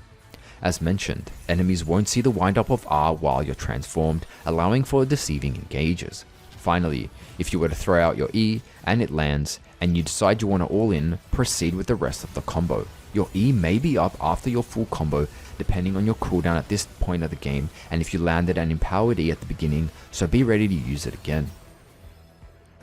Alt plus flash. Press your ultimate, and while it's channeling, right before you jump up, you want to flash. This combo assumes you aren't close to your enemy and uses flash to close distance in that last half a second. Flash right before the wind up, otherwise you won't flash and enemies will be out of range. You want to practice this a few times, aiming to flash right before you jump up, indicated by the wind up bar. If you flash too early, they'll probably have time to flash or get out of range. Just practice this a few times in practice mode to get the timing correct. A few bonus tips is that sometimes you'll know enemies have flash.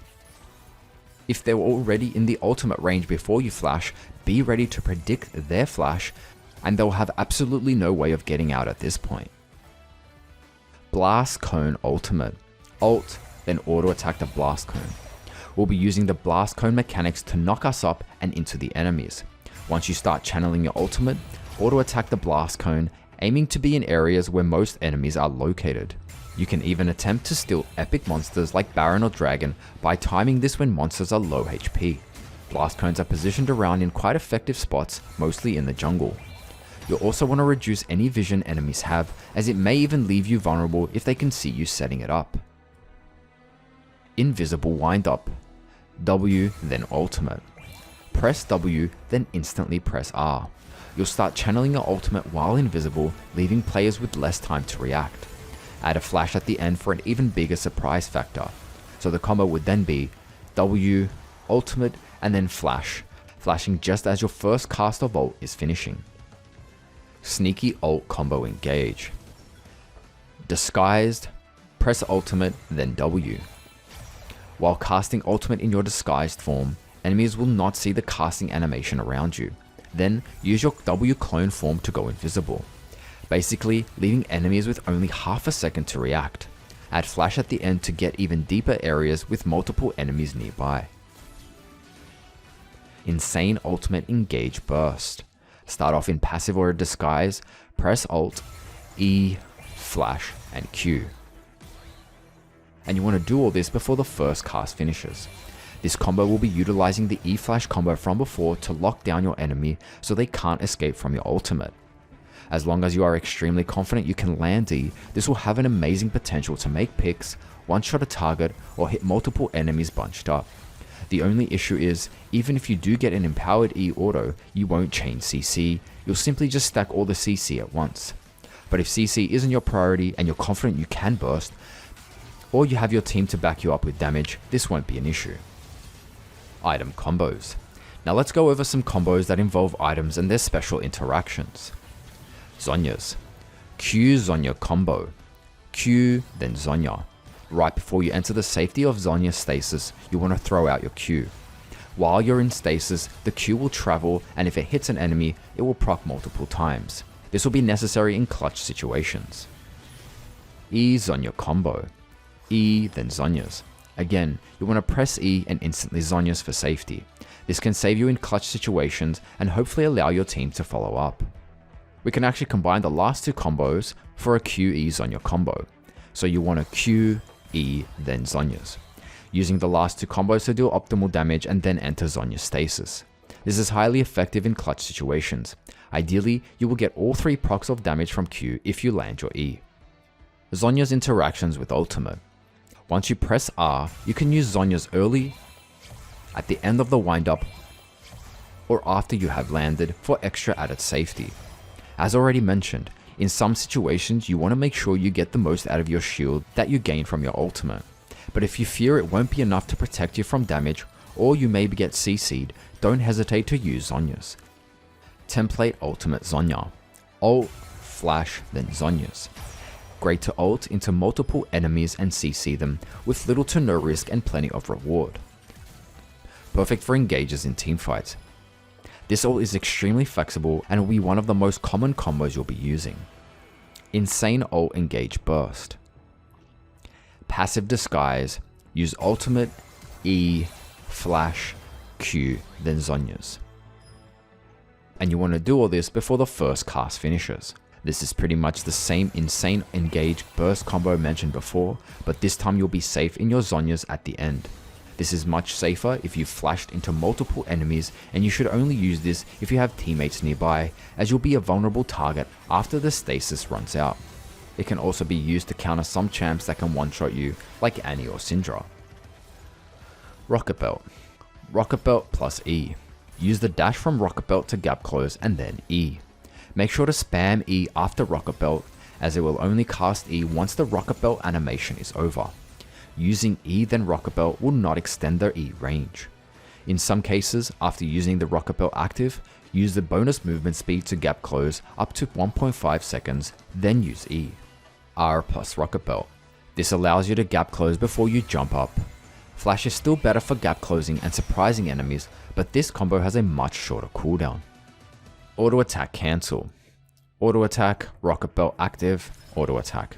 This is a general combo with the Rocketbelt that allows you to cancel your auto attack animation, essentially allowing you to auto attack twice much faster.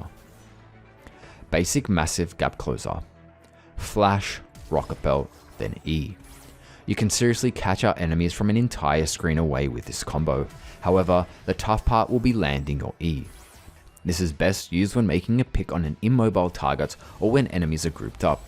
You can use the movement speed after the Rocketbelt to get a little bit closer, but this will take away from the surprise factor. With a summoner spell like Flash, you never want to waste this on low value kills, so only use it on big bounty threats or if the kill leads to an objective. Massive gap closer 2. Rocketbelt, E, then Flash. Same concept as the last combo, but a much bigger surprise factor as you'll be utilizing the E-Flash combo. You can use the movement speed from Rocketbelt to close any more distance for 1.5 seconds before you use your E-Flash. Gap Closer ult combo. Start this combo disguised as a low threat champion, but this isn't always necessary. W, R, Flash, Rocketbelt. Use W towards the area you want to land your ultimate, then while you're invisible, press R. It will start channeling while invisible, and just as the first cast is finished, you want to immediately flash, then Rocketbelt to gap close and engage, preferably on multiple targets. Although the W provides some surprise, you'll almost never want to run straight through vision areas, as many players who anticipate this can flash or dash out. Therefore, it's best when you flank from Fog of War, preferably from an angle. Everfrost. Apart from the combos I'll cover shortly, you can use this active before any of the previously mentioned combos. The slow and root this provides will increase the chances of landing all your abilities, and you should always aim to chain CC where you can, instead of wasting this CC by stacking it. Of course, there'll be moments in games where you just need to output the most damage as possible, so unloading everything at once is completely fine in that situation. Synergy with Q. Everfrost synergizes well with your Q, as you'll be able to output all the procs from Q on a rooted target, or even get one extra proc if you only manage to slow the enemy. Chaining CC. Everfrost with E and R. Utilize the root to chain with either E or ultimate. If you've missed the Everfrost route, but at least slowed down enemies, you'll have a much greater chance at landing E or positioning for your ultimate. Standard E first. E, R, Everfrost. Once you land E, press R and start the windup. Then, aiming to CC chain the enemy, use the Everfrost active. When you can't land an empowered E, the route won't be long enough for enemies to be CC'd long enough while your ultimate winds up. Therefore, we'll be using the Everfrost active to keep them CC'd longer, ensuring you land that important ultimate. Long Chain CC Combo. E, Q, Everfrost, R, Empowered Auto. Considering your E has the longest range and the fastest travel time, you'll want to initiate with E. Once it's landed, you can throw out a Q and instantly Everfrost, then R. This should change CC for now. Ideally, you want to land an empowered E and in your empowered auto attack ready. You can get some more auto attacks in if you've landed an empowered E. After this combo, you can continue with another EQ as they'll be off cooldown towards the end of the combo depending on your E rank and ability haste at this time. High ability haste longest chain CC. Empowered E, Alt, Everfrost, Empowered E. This is a ridiculous amount of CC, allowing you to AoE lockdown a single or multiple targets for just under 9 seconds. The main issue is that ability haste will be a little hard to obtain since you've opted to take Everfrost as your mythic. You'll need more than 70 ability haste to perform this, and you'll need to chain CC almost perfectly, so this can be quite unreliable, unless of course enemies are immobile. Galeforce. Similar to Rocketbelt, when you're playing AD Neeko, you'll want to use this active for a few different reasons. The first is to simply use for damage to finish off low HP enemies, as the active deals increased damage to enemies below 50% HP. Secondly, it has a great defensive use, as you can use it to dash to either dodge an enemy ability or simply get away. A final use is to close distance to land an E, so the combo would be Galeforce then E. Considering you're going AD on hit or crit Neeko, you'll be aiming to output damage through auto attacks rather than through abilities. Lich Bane combo. Although it's a niche item, it's worth mentioning. There's no real unique combo with Lich Bane, but you'd ideally want to proc this at least once, which is easy, or 2 or more times in longer combos and extended fights. By the way, you can get a Lich Bane proc from W, which is surprisingly quite useful. Here's a combo to get 2 Lich Bane procs. E, R, then you want to get into position, auto attack, Q, auto attack, W, then auto attack. You'll get at least one W empowered auto as well within this combo. The W here is simply used to trigger the Lich Bane proc. It would be best to get an empowered E for the highest CC duration, but that won't always be possible. Double or more item combos. Everfrost plus Zhonya's. Simply press Everfrost, then Zhonya's instantly. Since the Everfrost active takes time to cast and has a travel time, you can use this anytime you are in a threatening position, perhaps after you have ulted and are surrounded by multiple enemies. Hopefully it can help your team capitalize on the rooted or slowed enemy while you're safe in Zhonya's. Not specific to Neeko, but worth mentioning as you'll likely purchase Zhonya's anytime you've gone with the mythic item Everfrost. Lich Bane plus Everfrost. The Everfrost active actually triggers the Lich Bane passive, which can be useful for the extra bit of damage. No real combo for this, just something to note. A small combo with 3 items. Everfrost, Lich Bane auto attack, Zhonya's. Simple combo that can be used to finish off an enemy or engage, and it costs no mana. Finish off in Zhonya's stasis for safety. If you want to make this even more optimal, make sure the auto attack is empowered. Niche combo. Although you'll rarely want to take Hexaflash with Neeko, there's a strategy to Hexaflash while channeling your ultimate. Simply press Alt, then start charging your Hexaflash. Once you channel the ult and Hexaflash, you'll instantly flash to the location and have landed your ultimate in that area. This is probably only specifically useful for support Neeko bot lane, as you'll have more chance to focus on a utility based playstyle. You fell for it! Neeko's kit can seem basic at first glance. However, it's her passive disguise and her W clones that open up a world for creative mind games, truly separating the good Neeko players from the true Neeko mains. If you've ever played against a skilled Neeko, you know exactly how frustrating it can be to deal with them, as they'll keep you constantly guessing the entire game, and you'll start to doubt whether every champion is Neeko or the real thing. Therefore, I've decided to create a section based off these 2 important abilities, which will hopefully give you the edge over your opponents. Juking and mind games. Considering you can transform into over 150 different champions, there are endless mind games and baits you can perform with your passive and W active. Let's go over some of the most common tricks and some examples, as well as some less known strategies. A final note before we start: even though these techniques can save you from a clutch situation and basically help you get out for an almost guaranteed death, anytime you can simply just run away, then that would be the most optimal choice. Now before we get started, let's go over something important to do with a mechanic. Practice the clone's movement. In order to make enemies believe you are the clone, you need to practice moving like a clone. The clone has one very telltale sign. It will always move in one direction unless of course terrain is in its path, in which case the clone will start moving around the terrain in a sort of block-like movement, taking, in some cases, very small sharp turns. Start practicing this unique movement so it becomes muscle memory, and hopefully you'll start having more success when trying to trick your opponents.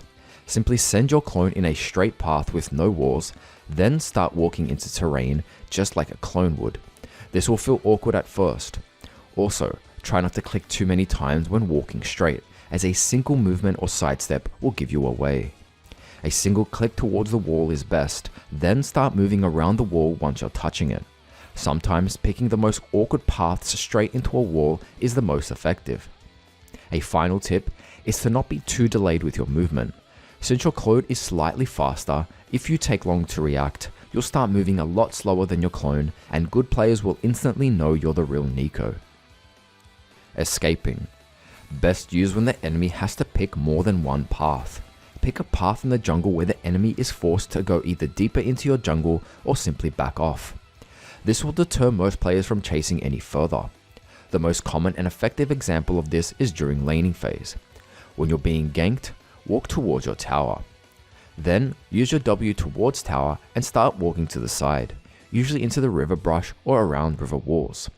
Most enemies will instinctively chase the clone going towards the tower, as this is the number one panic reaction most laners have, and it's also the most obvious path to take for safety.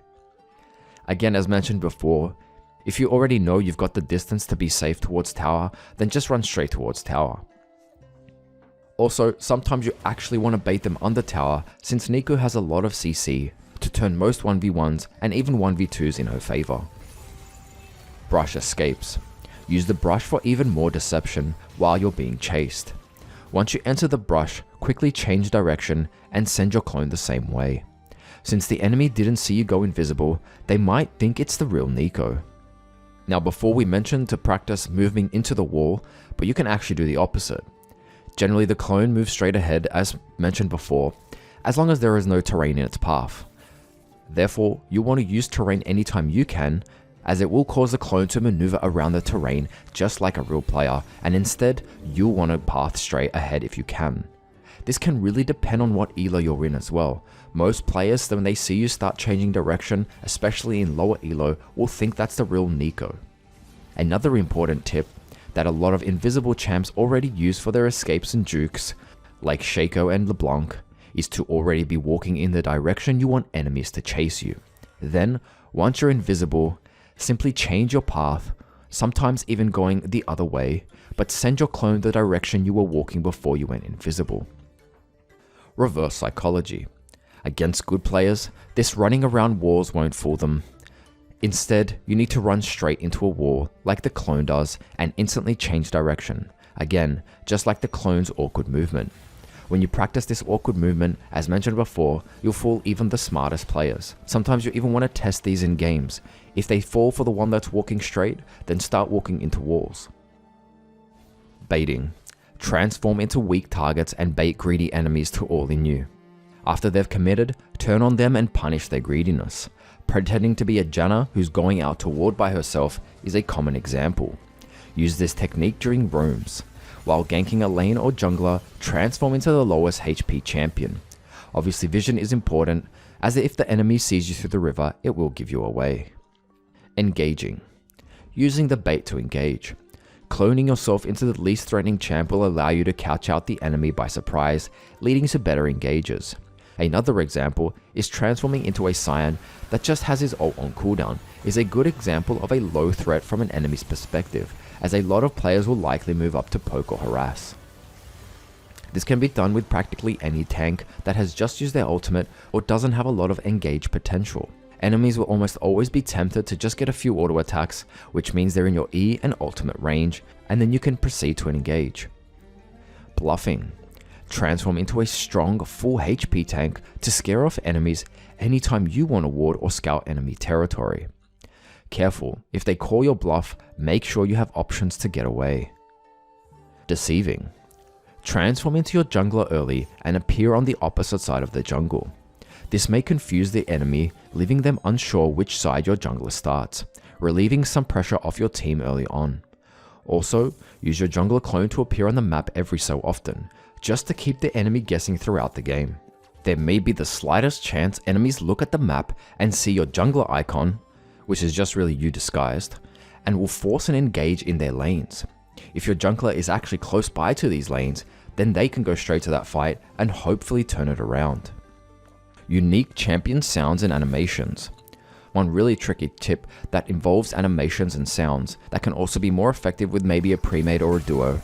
When you transform into an ally, you transform into them in their current state. So if it is Mundo, you may have his flames spinning around you if he had this spell activated. Another cool one, if you transform into Vi while she is casting her Q, you will play the sound of her Q charging, which can be a huge baiting tool if you leave the brush. Another example is Shyvana's W. If you're disguised as Shyvana and the real Shyvana uses her W spinning fire, the animation will also appear as disguised Neeko. Even some random effects like Rammus's Q will throw out some sparks. You will hear the Rammus Q sound, but you won't start rolling like Rammus. It also copies and repeats only the latest attack animation that some champions have. Copying Samira after she's used a melee hit will make you shoot bullets with a sword. And copying Jhin when he's on his 4th shot will make you constantly have your 4th shot. This also applies when the disguised champion uses Oracle Lens. Neeko disguised as the champion will have the sweeper animation above, although you won't have the actual effect of the sweeper, just the animation. Also, the recalling animation will be heard if the champion you're disguised as starts recalling. Lane switcheroo. Perhaps when your lane is stale and you have time to make a play, consider lane switching. If you're able to plan with your team, try this. When you're near the base with your support, tell them to go mid and wave clear with autos only. Then go bot with your ADC. Then surprise the enemy bot lane with a full-on engage. Best to try this when you have the advantage, such as knowing the enemy bot lane doesn't have flash, your confident damage will win the fight, and you are aware of where the enemy jungler is. Most of all, don't get hit by abilities or auto attacks in the small time before you engage, or you will be revealed before you can even try this. With a play like this, it's important you have most of these conditions met, as the time and resources lost might just put you behind if you fail this. Basically, just aim to engage as soon as possible. Abused players' muscle memory. Sometimes, regardless if players know you're the real champion or Neeko, they'll in some cases play accordingly to the champion you're transformed into. This works best transforming into melee champs, as even if they know you're Neeko, they play slightly closer than necessary. A simple W to close distance and E from range may just catch them out. This doesn't work so well when you use it on ranged champions, for example Lux, where players will keep their distance in order to avoid her Q and E long range skill shots as a simple muscle memory. You can even teach players to ignore your clone if you just spam W towards them multiple times. This will let their guard down, and the next time you do this, they may just ignore you, leaving you with a great opportunity to ult multiple enemies. Now this involves some risks, so make sure you're either ready with your team or you have Zhonyas or Flash for safety. Clone champions.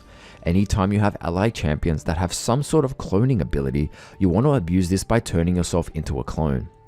Transforming into a Shaker for example, then pressing W when your Shaker has ulted will create confusion for the enemy team, as they will literally see 4 Shakers on screen. It will be difficult for them to know which is the real Shaker and which one is Neeko. If you use W while transformed as Kha'Zix, it may trick enemies into thinking Kha'Zix has used his ultimate. Any other champs that have invis, like Shaco again and Bane, will also work.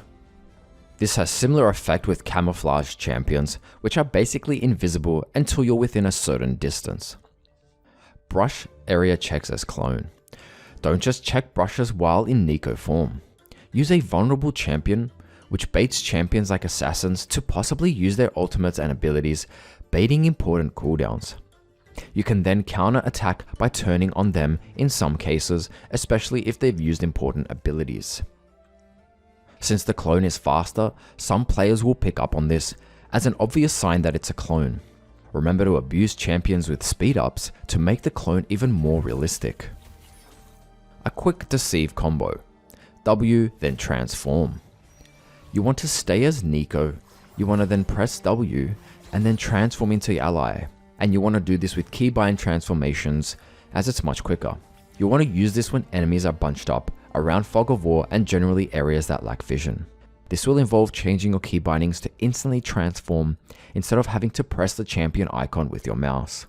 Basically, the strategy here is to make enemies actually believe the champion in front of you is the real champion because they can clearly see you behind them. It takes very careful timing and proximity to pull this off, as if the enemy has full vision, it will completely give this strategy away, but it can also be that small edge you need to outsmart your opponents. Unpredictability. Try different strategies. One game, you can constantly transform. Another game, rarely transform. Then comes one important fight. Transform, enemies will forget you even have that ability and you have a much better chance to catch them off guard. Right before or during a team fight, run in and use W clone. Watch enemies run away. This is also a good zoning tool and even bait abilities if enemies fall for it, especially in high tension situations like teamfights around objective areas. You could even do the opposite, where you go all in and then send your clone the other way. Again, it's all about being unpredictable and constantly changing your strategy to make enemies constantly guess the entire game. Every game will be different, so thinking of ways to mind boggle your enemies should be high priority. Impersonate champions' movements. Try to act exactly like the champion you have copied. For example, Soraka players generally stay further back. If you've transformed into an AD, move side to side and auto attack minions just like a lot of ADs do. Even spam dancing can make enemies feel like you're the actual champ, as it seems more personal and they'll be focused on your taunt a lot more that they won't register that you're possibly Neeko disguised. For example, Nami players can be known for their dance spam taunt with the wave and water animation. Adaptability. Just like a chameleon, you want to adapt to how your enemies are reacting. Do they focus on you when you send your clone in a straight path? Okay, so then try switching it up. Sometimes certain players will keep falling for your clone. Focus on fooling those players in particular, as they've already shown signs that they don't really understand how Neeko works. Force enemy abilities or summoners. This technique is similar to bluffing, as you want to aim to become a threatening champion to either force an enemy ability or even use their summoner spells. Simply walking up to vulnerable champions as a fed Hecarim can spook enemies and pressure them to waste abilities or flash either in defense or panic mode. The better you become at this, the more you'll find yourself absorbing and baiting important enemy abilities, even ultimates. Small nerf interaction list. We mentioned earlier about certain champion abilities that you can use to further deceive enemies. However, some will actually give you away. I'll only mention a few visual and sound interactions that you should keep in mind, as they may give your disguise away against players who are paying close attention. You'll pick up way more interactions as you start experimenting with Neeko, but these are a good start. Obvious visuals that give you away. Evelyn, you won't ever be stealthed. Jhin, your 4 shot bar won't change, so basically whenever you transform into Jhin, it will take the number of shots he currently has. Graves, your 2-shot gun bar won't change, and you won't have the same auto attacks that he has, where he can push minions. Urgot, his knees won't change color. Corki, his missiles won't reload. Misfortune, you won't proc the love tap, making it a bit of an obvious sign. Some champs that indirectly nerf your disguise ability. Camille, she may use her passive adapt defenses to tell if you're the real Neeko. For example, if you are transformed as an AD champ, but she sees an AP shield on her passive. This pretty much lets her know that it's not the real champion and that you are Neeko. Twisted Fate. Anytime TF uses his ultimate, he will cancel your passive disguise and reveal you. Neutrals. Any passive bar won't change. This can actually be used in your favor, as most players will actually go aggro on Annie when she doesn't have any stacks, since she won't be able to use her stun active. If you want players to move away from you, then transform into Annie when she has full stacks, as most players will run away thinking she has her stun ready. Champions that change forms. With the following 3 champs, you can only change into one of their forms, regardless of what form they currently have taken. Elise, you will always take on her human form, so generally players will keep their distance as they are expecting a long range cocoon skill shot. Nidalee will also be in human form. Players may start sidestepping as you approach, as they'll be expecting a long range spear skill shot. Jace, you'll take on Jace's hammer stance, which is melee range. Before we end this section, I want to conclude by saying, in order to learn about the mind game potential of Neeko, it is not something technical and easy to define, like for example, practicing combos. A combo, as long as you press all the buttons correctly in the correct order, will have the same outcome if you know all other variables. However, when it comes to mind games, this will mostly come down to experience, intuition, and of course, the most important variable, the real player or the players you're up against. These mind games are not something you can simply practice against bots, like combos. It takes real game experience against real players and clutch situations to truly outplay opponents. And just because something may have worked on your last 9 opponents in your last 9 games, the 10th player may not fall for the same tricks. Some techniques, just like transforming into low HP enemy champions to bait enemies, works exceptionally well against less experienced players, whereas higher elo players will rarely, if ever, fall for the same tricks. So, I guess the best mindset to have is experiment with techniques, find what consistently works, and as you climb and players improve, change your strategies and adapt over time. And another key factor is to be as creative and have as much fun while doing it. I would suggest testing one technique at a time, as trying to use multiple strategies at once in the same game can be too overwhelming to really take into account what's happening, especially when it comes to thinking about the enemy's perspective. Battle time! Woo, woo! Now let's cover some mechanics specifically to Neeko's kit. This won't exactly be breakthrough information, but these small tips might just give you the edge you need to outplay your opponents. Her passive. In order to fully understand this disguise mechanic, it's important to understand the enemy's perspective, seeing what they see when you play Neeko. Anytime you play against a Neeko yourself, especially a skilled player, pay attention to how they use this ability and notice how effective they are at deceiving. Transform into a melee champion when you're taking tower plates. Plates take 17% reduced damage from ranged units. This will only count for the first 14 minutes of the game, while plates are still active on the first tier towers. The transform bar can be a little inconvenient at times, as it covers some information like rune cooldowns, and when you're transformed, it won't even show any information at all. A quick note, if you have the Banshee's shield active and are transformed, enemies will see the Banshee's animation, and therefore it will most likely give you away. You're able to keybind your passive in the menu, so you can quickly change into any of your allies or back to Neeko. This will make it slightly quicker to change in clutch moments instead of using your mouse to click the champion portrait. I'd only commit to this if you're already experienced with Neeko and you're thinking about becoming a Neeko main, as you'll need 5 keys for this and can already be overwhelming considering all the other keys you need to think about. Transforming into a champion with the fastest movement speed can help you get to lane and around the map slightly faster. Here is a list of champions with faster movement speed than Neeko. No need to remember this, but once you start seeing a few of these in your games, you won't have to waste time testing that out. Of course, if you're just starting out, remember to test it out right at the start of the game by transforming into every ally champion until you see the fastest movement speed. Just for clarity, it will stay like this the entire game. When you break your disguise by using a spell, you'll put this passive on a 25 to 10 second cooldown.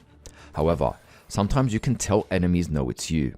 Instead of breaking the disguise and putting it on cooldown, simply transform to Neeko, saving you that cooldown in case you need to use it again, since if you transform manually, it's only a 2.5 second cooldown. Neeko is also able to stay huge if she transforms into an ally that has been altered by Lulu. You'll stay like that indefinitely while transformed. This can make deceiving even greater. Tower shots will not break your disguise. Most players aren't aware that Neeko can take tower shots without revealing your disguise, so you can actually use this to fool them into thinking you're the real champion. Best used when it's safe and you're close to or full HP. Q. Spell shields only block one instance of damage, so enemies can still take damage from 1 or 2 procs. So Q is generally useful to remove or bait spell shields, and you might still get some damage off. It's not just about landing this ability that you should be thinking about, but also how the enemy will move after they take damage from the initial Q proc. If it's a fleeing enemy, you want to make sure you throw it mostly in front of them, as they'll then walk into the AoE, hopefully taking 1 or 2 extra procs of damage. Even if you've rooted them, this should still be kept in mind, as when they attempt to run after the root, you'll still want to make sure they take 1 or 2 more procs. Maximize the range with Q against enemies with range. Use the outer edge of Q to gain slightly more distance, saving you from getting closer to the enemy. This will be harder to aim and easier for the enemies to escape your Q AoE, but it will be much safer against certain long range threats. A quick wave clear tip. At around max rank Q, remember to auto attack 1 minion in the backline, then Q. Basically, you should have enough damage for the first Q proc to kill at least one of them, and then they can all proc again to finish the rest off. This can depend on how much AP you have and the time of the game, but try to build up this habit so you can quickly wave clear and pick up all that gold. Sometimes you want to wave clear but minions are close to full HP. If an enemy champion is close by, just use them for some extra procs. This is also useful to thin out the wave anytime you're laning and notice your wave stacking up. Although the AoE is small, you should always try to aim for multiple enemies when possible. It can increase your potential to 1v2 or even more. W. Once activated, you'll be invisible for 0.5 seconds. You want to use this loss of vision against targeted attacks and abilities, especially in those clutch moments, as cancelling one auto attack from the enemy can win you the fight. Your clone will draw enemy minion aggro. Remember to use this to tank some damage and even to freeze your lane just outside of your tower, saving you some HP. We mentioned it's great to tank tower shots. Utilize this whenever you're pushing a tower to save your minions from taking 2 extra tower shots, and it might just be enough to get you that 160 gold tower plate. Your clone can soak up certain runes such as Electrocute and Arcane Comet from the enemy, so use this whenever you want to bait an enemy into wasting their runes. Although W doesn't cost anything, sometimes just randomly sending it towards an enemy can be a negative, as enemies can then use your clone to their advantage. For example, enemies with Fleet Footwork or Grasp will still receive a free heal off your clone. Other champions may have abilities that heal or shield them. Some champions, like Katarina or Yasuo, will now have an extra target to dash towards. Your clone can see champions who are camouflaged. Basically, champions who can't be seen further away, but will be revealed once you're close up. This makes it extremely effective not only to check brushes, but also to scout for camouflage threats like Twitch and Evelyn in areas that are simply too dangerous to check otherwise. The clone isn't faster than Neeko, but it spawns slightly ahead of you. Therefore, if you use the clone in the same direction as you're pathing, smart players will always know the real Neeko is the champion slightly behind the clone. This is just to reaffirm that it's almost always best to move in a different direction to your clone. Sudden Impact Rune Mention. Although Taste of Blood and Cheap Shot are probably the most favourable runes, your W will proc the enhanced damage penetration from Sudden Impact, making it a viable rune option. However, you'd want to use the W first in your combos if you want to prioritize damage. You can charge the empowered auto attack on wards and plants, and it won't consume your empowered auto attack. This is an opportunity to charge your W empowered auto attack so you're ready for the next trade or fight against the champion.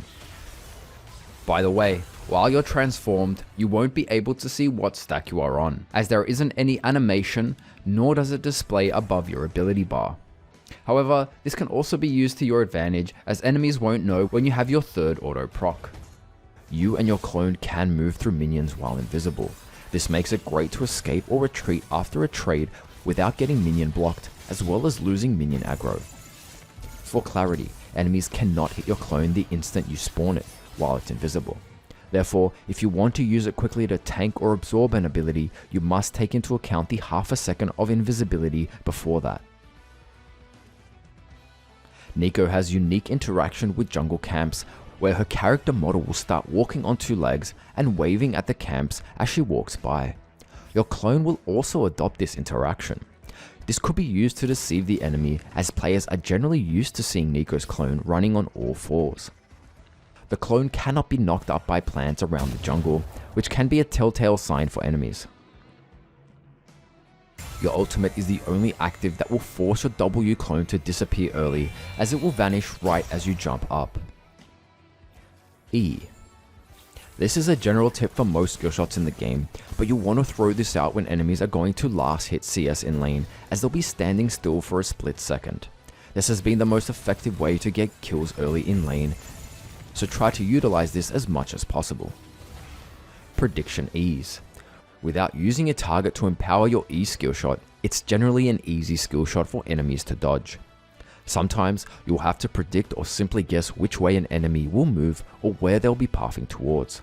In lane, try to find out which way the enemy sidesteps towards. If they've sidestepped the same way 3 times in a row, there's a good chance they'll sidestep the same way the 4th time. As mentioned in combos, we can reposition your E with flash. Although simply E flashing straight ahead to close distance is very consistent, anytime you have the angle to use one target to empower your E to hit another target, it may just be the playmaking combo you need to lock down an important target or even hit multiple enemies to win a teamfight. At max rank, your empowered E has 3 seconds of root duration, which will most likely secure kills at this stage. This takes practice and careful placement, so only use this if you're confident. As mentioned in abilities, it's great to check brushes or any fog of war, as a circle animation will let you know if you've landed the ability. You can even tell if you've killed a unit, as it will have a different spark-like animation. This is more useful to check if you've finished off camps in the jungle or enemy minions in fog of war. Perhaps even champion units like Zyra plants or Heimer turrets. Ultimate. Basically, there are 2 cast bars with this ability. The first is pretty much just a special wind-up bar to tell you when the actual Pop Blossom cast will start. During the second cast time, this is the time you won't be able to use any abilities, active items, flash, and summoner spells. You can still use ignite or heal. The shield will include enemy clones, so remember to use these enemy clones, especially when you need to prioritize the defensive shield. Note that the shield is not actually capped versus 5 enemy champions. If the enemy hits additional clones, the ability will grant additional stacks of bonus shield. While you're in stasis, for example for Zhonya's, it will not cancel Pop Blossom. Pop Blossom is the only ability in the game that can start its cast during the stasis. Remember to check the combos for effective ways to utilize this. You can't always land the perfect 5-man stun, but there are a few key points you want to keep in mind. Bursting or CCing the biggest threat is usually the most effective goal. If enemies are bunched up, this is a great time to engage. Peeling when you have fed teammates can win you the entire fight, as it may just allow your ally to clean up the fight. Shield to survive in clutch moments, even from an ignite that has a few ticks left. Set up for your E, as your ultimate has a bigger area, and therefore, as long as you're close to an enemy, this is much more reliable than trying to land E first. If you're having trouble deciding when it's best time to activate your ultimate, a good rule of thumb is to keep track of the enemy dashes, blinks, and flashes in fights.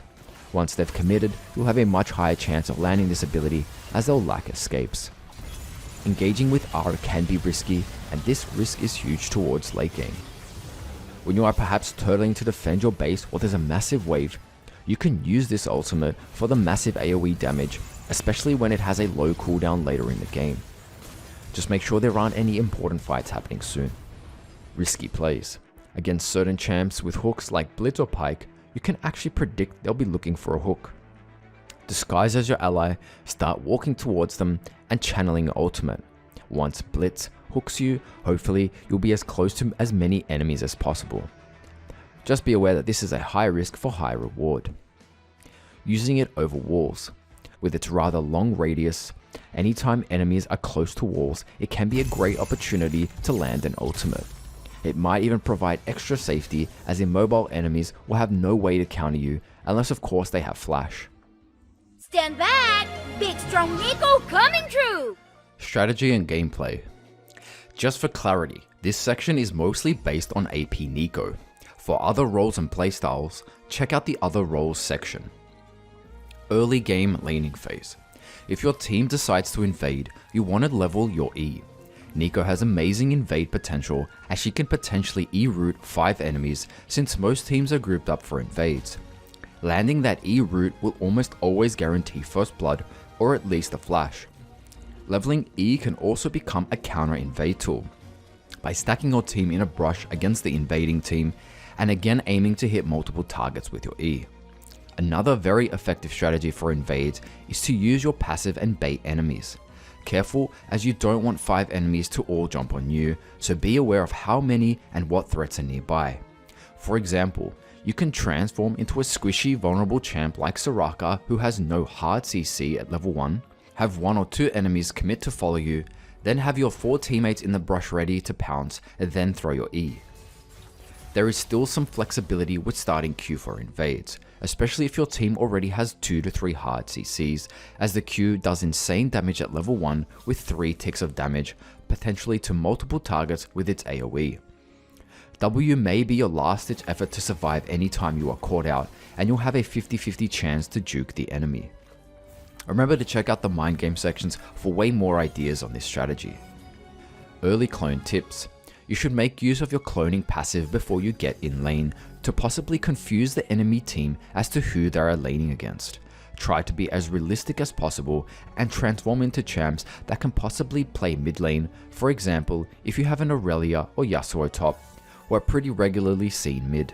Another useful tactic is appearing as the jungler on the opposite side, to give the enemy team a false sense of security or simply confuse them to which side your jungler started. Remember again to check mind games for way more ideas. Laning phase basics. Once laning phase begins, you want to take Q at level 1 in most cases. This will provide safe poke and wave clear. Against many easy to medium lanes, you're able to bully enemies quite hard, especially some melee champs if they get tempted to pick up CS. Level 2 is when you become a lane bully in many matchups, and you want to level E trying to throw it through minions for extra speed and root time. You want to level W at level 3, which will now have potential to all in many squishies with the extra damage from your 3rd empowered auto attack anytime you land your EQ combo. Even though your W doesn't have a high mana cost, it has a high cooldown and is one of the only escape mechanisms you have, so use it wisely. During laning phase, you might only have enough time to get in one auto attack during a trade or before the enemy retreats. Therefore, remember to charge your empowered auto attack on a minion if you plan to trade or you anticipate the enemy going in for harass. In harder lanes, you want to focus on safely wave clearing and potentially look for roams anytime you've pushed your waves in. Gank setup. Neeko is quite flexible when it comes to the position of the wave. Even if you push an enemy under their tower, you can still heavily poke and harass them, and in some cases you won't get punished. You will still have a lot of kill threat even if the enemy is pushed under their tower. You can even ping a low enemy champion under their tower and your jungler may just come and dive them. However, if you want to encourage your jungler to gank you, you want to freeze the lane as close to your tower as possible. Neeko's gank setup is effective, but it heavily relies on landing your E, especially your empowered E. Depending on your jungler, once they're ready to gank, decide whether who will engage first. Do they have guaranteed CC like a Pantheon click target stun? In which case, wait for them to use their stun, then chain your CC. If not, then it will rely solely on you to land an E, again ideally an empowered E, and then they can follow up.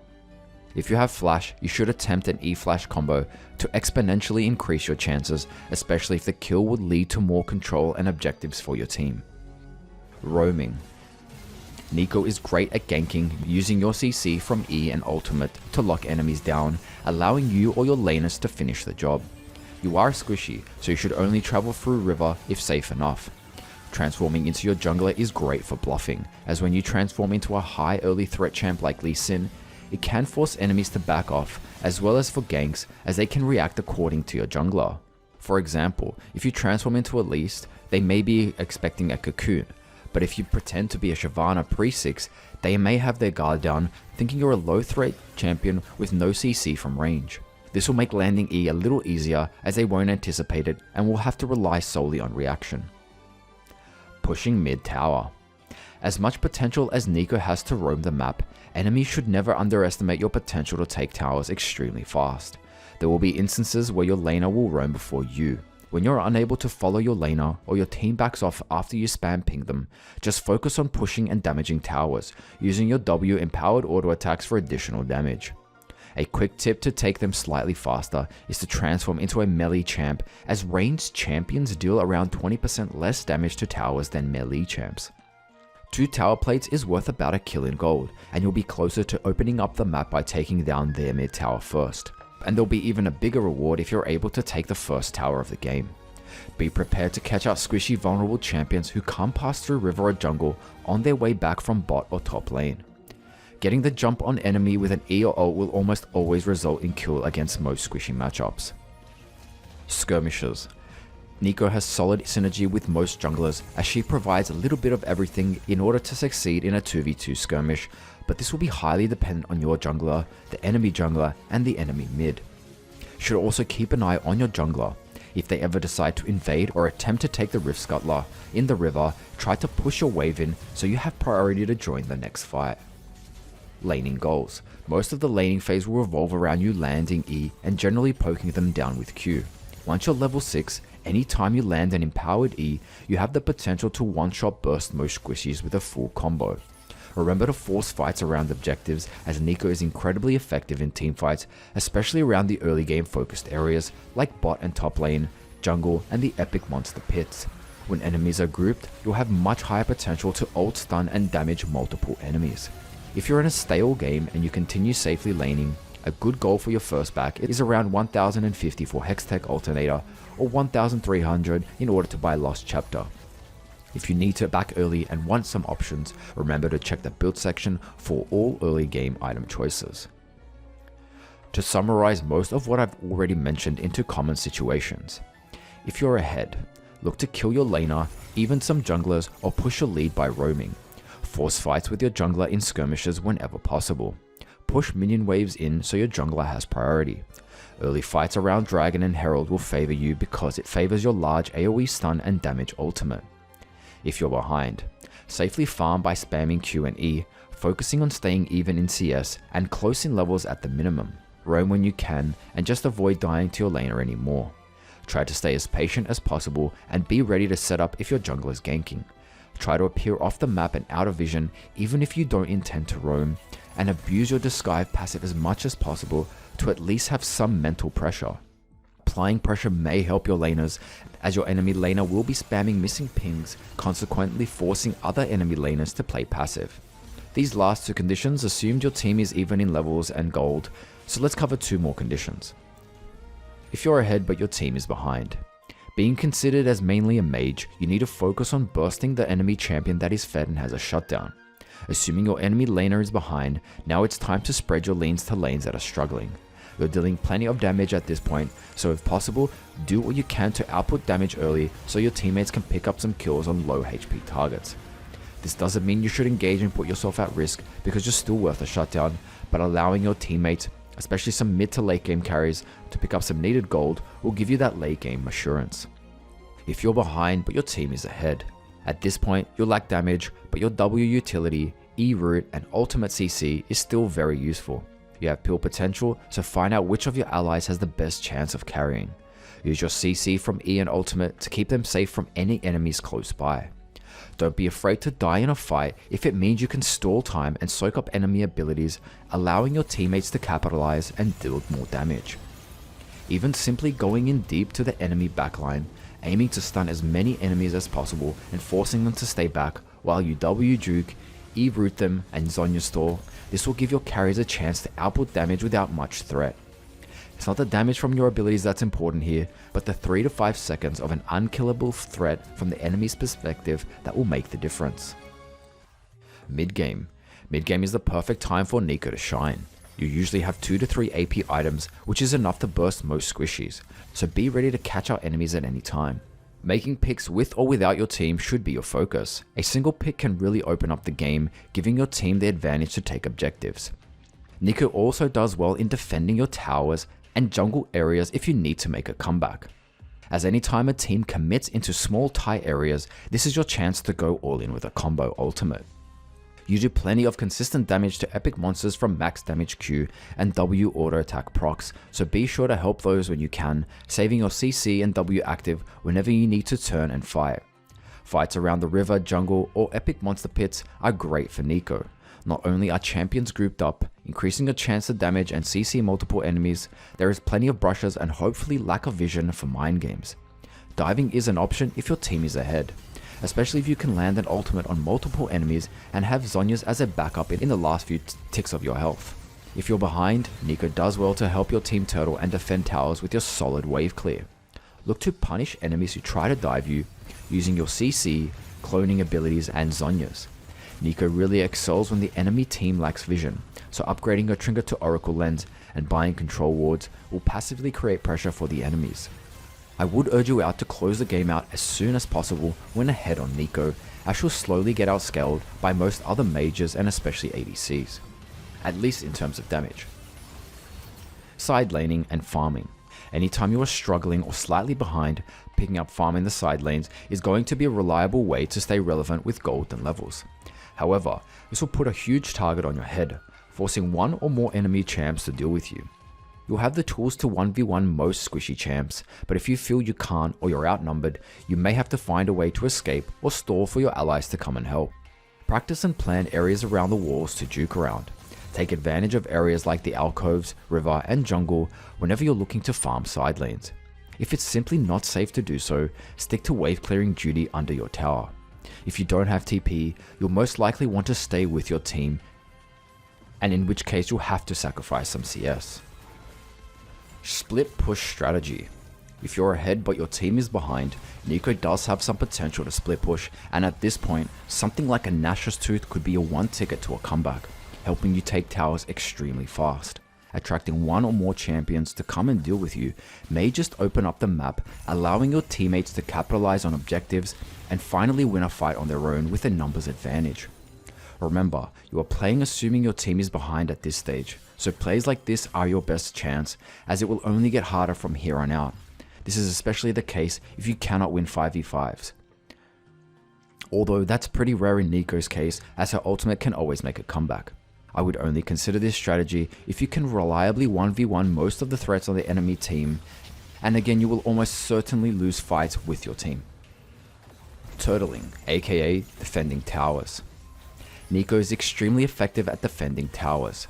Look to punish enemies who try to dive you or your team, using your E root and ultimate to CC enemies and peel your teammates.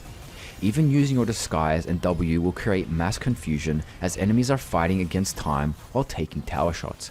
Couple this with stall potential with Zhonya's and Everfrost and you have the perfect recipe for a comeback, picking up those sweet shutdown bonuses. This is a reminder to play safe in fights when you're the only one that's fed on your team. As long as you stay alive, you have potential to wave clear and protect towers, stalling the game as long as possible, even the ones that looked almost completely lost. Vision control and snowballing your lead. Neeko really excels when the enemy lacks vision, as you can surprise E-root or ultimate while disguised and abusing your clone for more deception, so upgrading your trinket to Oracle Lens and buying control wards will passively create pressure for the enemy team. I would urge you to close out the game as soon as possible when ahead on Neeko, as your chances to ultimate stun multiple enemies and one-shot most champs will slowly decrease once players finish their Guardian Angel and Zhonya's Hourglass.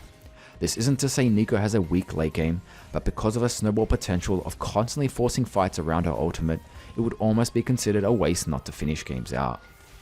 Diving. As much potential as Neeko has to defend towers, she has almost as much potential to force dives. This would be most effective and generally safer when your team is far ahead, and you've at least purchased a Zhonya's Hourglass. You can engage whenever you land an empowered E, or are extremely confident you can flash ult stun multiple enemies. This will take good intuition to know whether you have enough damage and potential to wipe them out under towers. Diving is extremely risky in some cases against some team comps. Therefore, I would only encourage diving if you really know your limits and you have the right team comp and the enemy team has a much more vulnerable team comp to dives. Remember, sometimes forcing dives and having enemies come back can be the end of the game for you guys. Because of the amount of risk involved with diving, you can actually have a one game turned into a loss pretty quickly. So again, only stick to diving if you're 100% confident in your abilities and have good experience at this point. Play every game out and change your playstyle. Overall, mid-game feels different almost every match you play because of the amount of mind game possibilities with a champ like Neeko. That's why it's crucial to constantly be thinking and planning the entire game. Don't feel let down if you're behind. Remember, you have potential to stun and damage multiple enemies at any time. One single ultimate can make a huge comeback.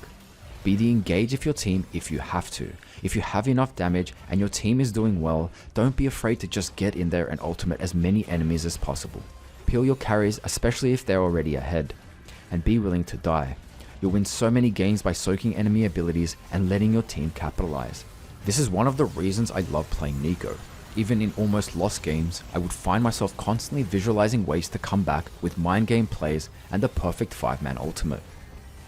Be a time waster and enemies will dread dealing with you. W juking, passive disguises, E roots, Zhonyas, ultimate CC and shield, you have so much potential to stall.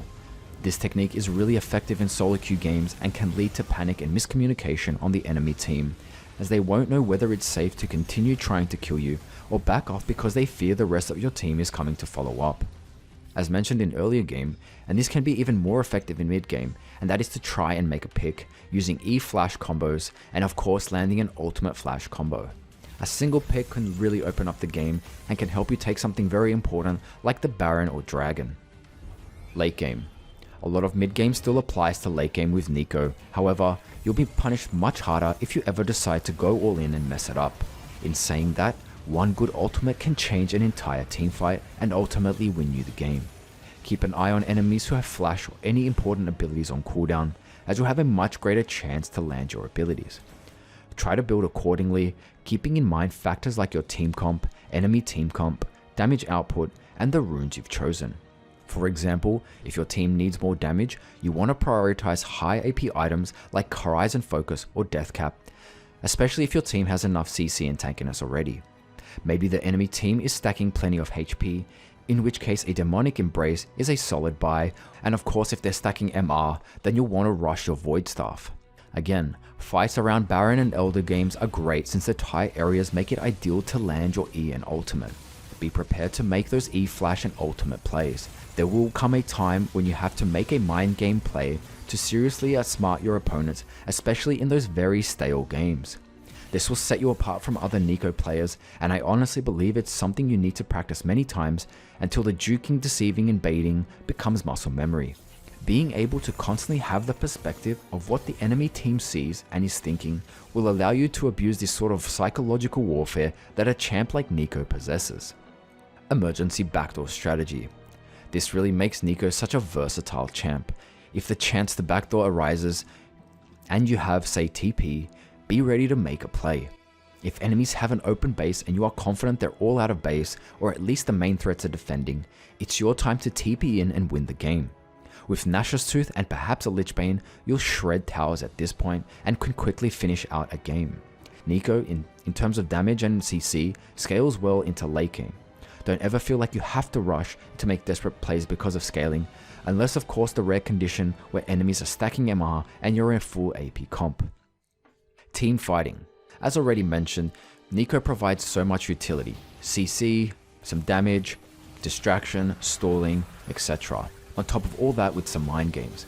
If you're the main damage carry, you want to respect the enemy by keeping your distance. Make sure you poke and deal as much damage with your Q, E and autos, using your ultimate mostly as a peel and safety device. If you have 1 or 2 fed players on your team and you're behind, focus on peeling for them.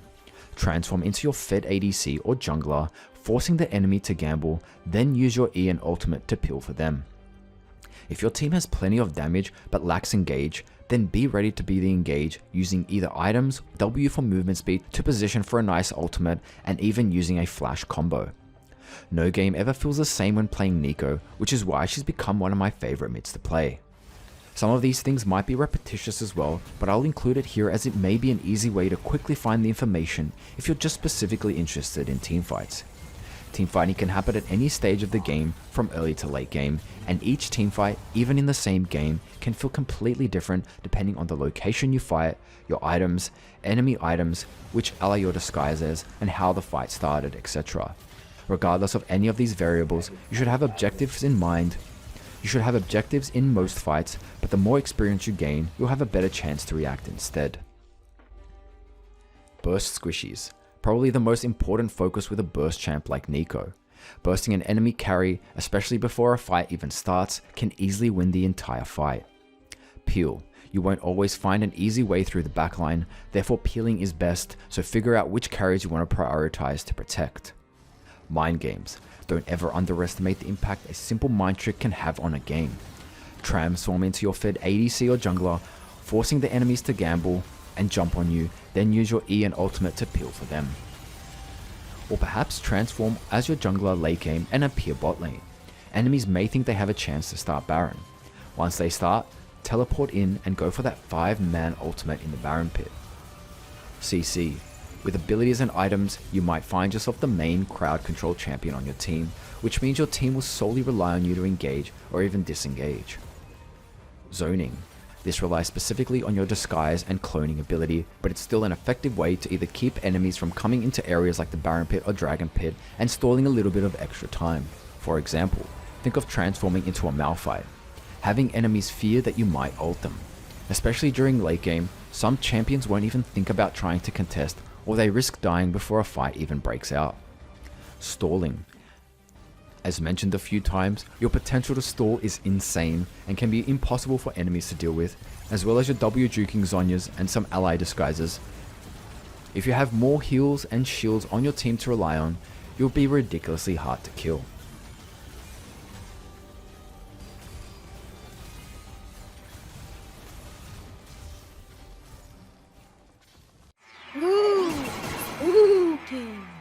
Matchups can be a little subjective, since players find some champions harder than others. Perhaps they have played as and against a certain champ and are therefore confident in knowing when to go in and when to play safe. I will do my best to be as neutral as possible, assuming all skill levels are equal, and focusing mostly on the champion's kit. I'll be listing champs into easy, medium, and hard. Easy matchups are lanes where you can quickly become the lane bully, and you mostly outrange these champs with your Q and E. You can abuse certain melee champs early with your empowered W auto attack. As long as you consistently land an empowered E, using all the tips throughout this guide, you'll instantly dominate these matchups and have high kill pressure, so be ready to ignite and go all in, as some of these champs need to be punished before they reach level 6 and scale later on. Medium matchups are usually skill based. You can't just rush into trade, unless you have a safe window to do so. Most of these are quite even in terms of range, therefore dodging and landing skill shots will most likely determine the winner. If some of these seem a little harder early on, the more experience you gain playing Neeko, then they'll become easier over time. Harder matchups usually involve champions that counter most of your strengths. Some of these traits include longer range skill shots, high mobility, and high burst. Another key factor is peel, as any time you are charging your ultimate, they can essentially negate all your potential to combo them. If you need extra safety, check out the build section for runes and item tips. TP might also be necessary to ensure you recover from any bad trades early or even an early death. A final point with hard matchups is not to worry too much if your lane doesn't go your way early on. Neeko excels in teamfights, especially in objective focused areas, so simply staying even in CS and levels by safely farming with your Q and E will enable you to dominate later on. Solutions will include strategies to play against a specific champion, different rune suggestions, specific item buys, abilities that threaten your survival, and windows when it's best for you to trade or even go all in. There are factors that I won't cover, like your ally or enemy jungler's pressure, going up against smurfs, very unconventional picks, and enemy roams from either top or bot. I will be prioritizing newer players in this section, since many of them simply don't know what a lot of champions are capable of, but experienced players can still learn a handful of valuable tips. By quickly covering important enemy abilities, a newer player doesn't need to spend time playing every champ in the game to understand what to watch out for. I will be mainly discussing the matchup through laning phase, including pre-6, level 6, and a little post-level 6. If you ever need more options to help you with your laning, remember to check out the build section, as it provides plenty of information on early buys, rune choices, and even summoner spells that can make a huge difference in some of these lanes. Easy matchups. Quick runes and item tips. Since these are generally considered easy lanes, you can look for the most aggressive rune setup and item choice. You won't need to prioritize sustain runes. You can purchase damage focused items over defensive items, unless of course you have a bad start. Ahri. Pre-6, her main threat is her E charm, which will be followed up by her Q orb and W3 fireballs for a short trade. You can block her charm by starting with W in trades, using your clone to tank her charm. Even if you get hit by the first part of her Q orb, just walk sideways to avoid the second true damage part. Also, avoid standing behind minions so she doesn't have the chance to Q you and the minions, so basically force her to choose. After 6, she's going to be hard to lock down, so your best bet is to catch her out in fog of war around walls, in the jungle and river with a full combo. Focus on CC chaining combos before she dashes away. Main threat is that she can set up her jungler with her gap closing dashes and chain CC you. Take Merc trades if behind to counter burst and CC from charm. Annie. Look for hard trades anytime her stun is down. Her stun is displayed beneath her health bar at 4 stacks, but watch out at 3 stacks as she can quickly use an ability to proc it. She can burst you at level 6 with a full combo and ignite. If you kill her and Tibber starts attacking you, use W to stall and the movement speed to get away. Merc treads are great to counter her burst and CC. Her flash stun combo is her only threat after 6. Brand. His W AoE skillshot is his main poke damage, and it has about the same range as your Q and E.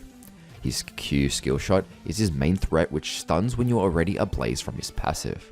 Use your W clone and movement speed to block and dodge these skillshots when necessary. When his Q is down, go for hard trades and all in.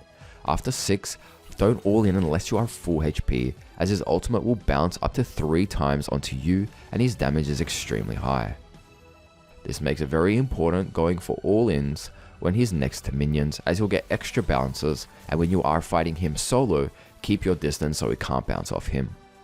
Merc treads optional if more AP or CC threats. Kassadin. His Q is his only safe poke tool. He gains an AP shield from his Q, so you should always wait until it's down to combo him. If he uses Q on you, force him to miss CS by going aggro on him with auto attacks. His W is an empowered auto, so he'll use it anytime you get close, so basically don't get into melee range. His E is an AoE in front of him, but it's only active once it reaches 6 stacks, which he gains from anyone using abilities around him.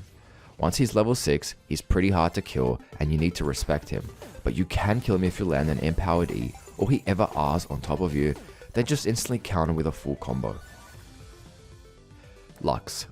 Dodge her Q skillshot either by sidestepping or using your W movement speed. Anytime her Q is down, you are safe to hard trade. Watch out anytime she's low HP, as she might be trying to bait you with her W shield, especially if she takes barrier. She can choose to play really safe with her E wave clear. Consider roaming, as you have a lot of pressure in the river if she decides to leave lane. Merc treads viable if they have a CC heavy team. Malphite. Pre-6 is not a kill threat, but he will spam Q poke and it will light up, especially with Arcane Comet. Taking biscuits for HP generation will counter his poke and he'll go ohm pretty soon. Try to consistently poke him, especially with auto attacks while his passive shield is down. It will regen every 10 seconds. As long as you aren't in melee range, he can't use armor stacking W passive auto attacks and his E ground stomp. Respect his level 6 as he can one-shot you if he builds full AP and takes Ignite. Malzahar. Anytime he E space aids the minions, you can go for a hard trade.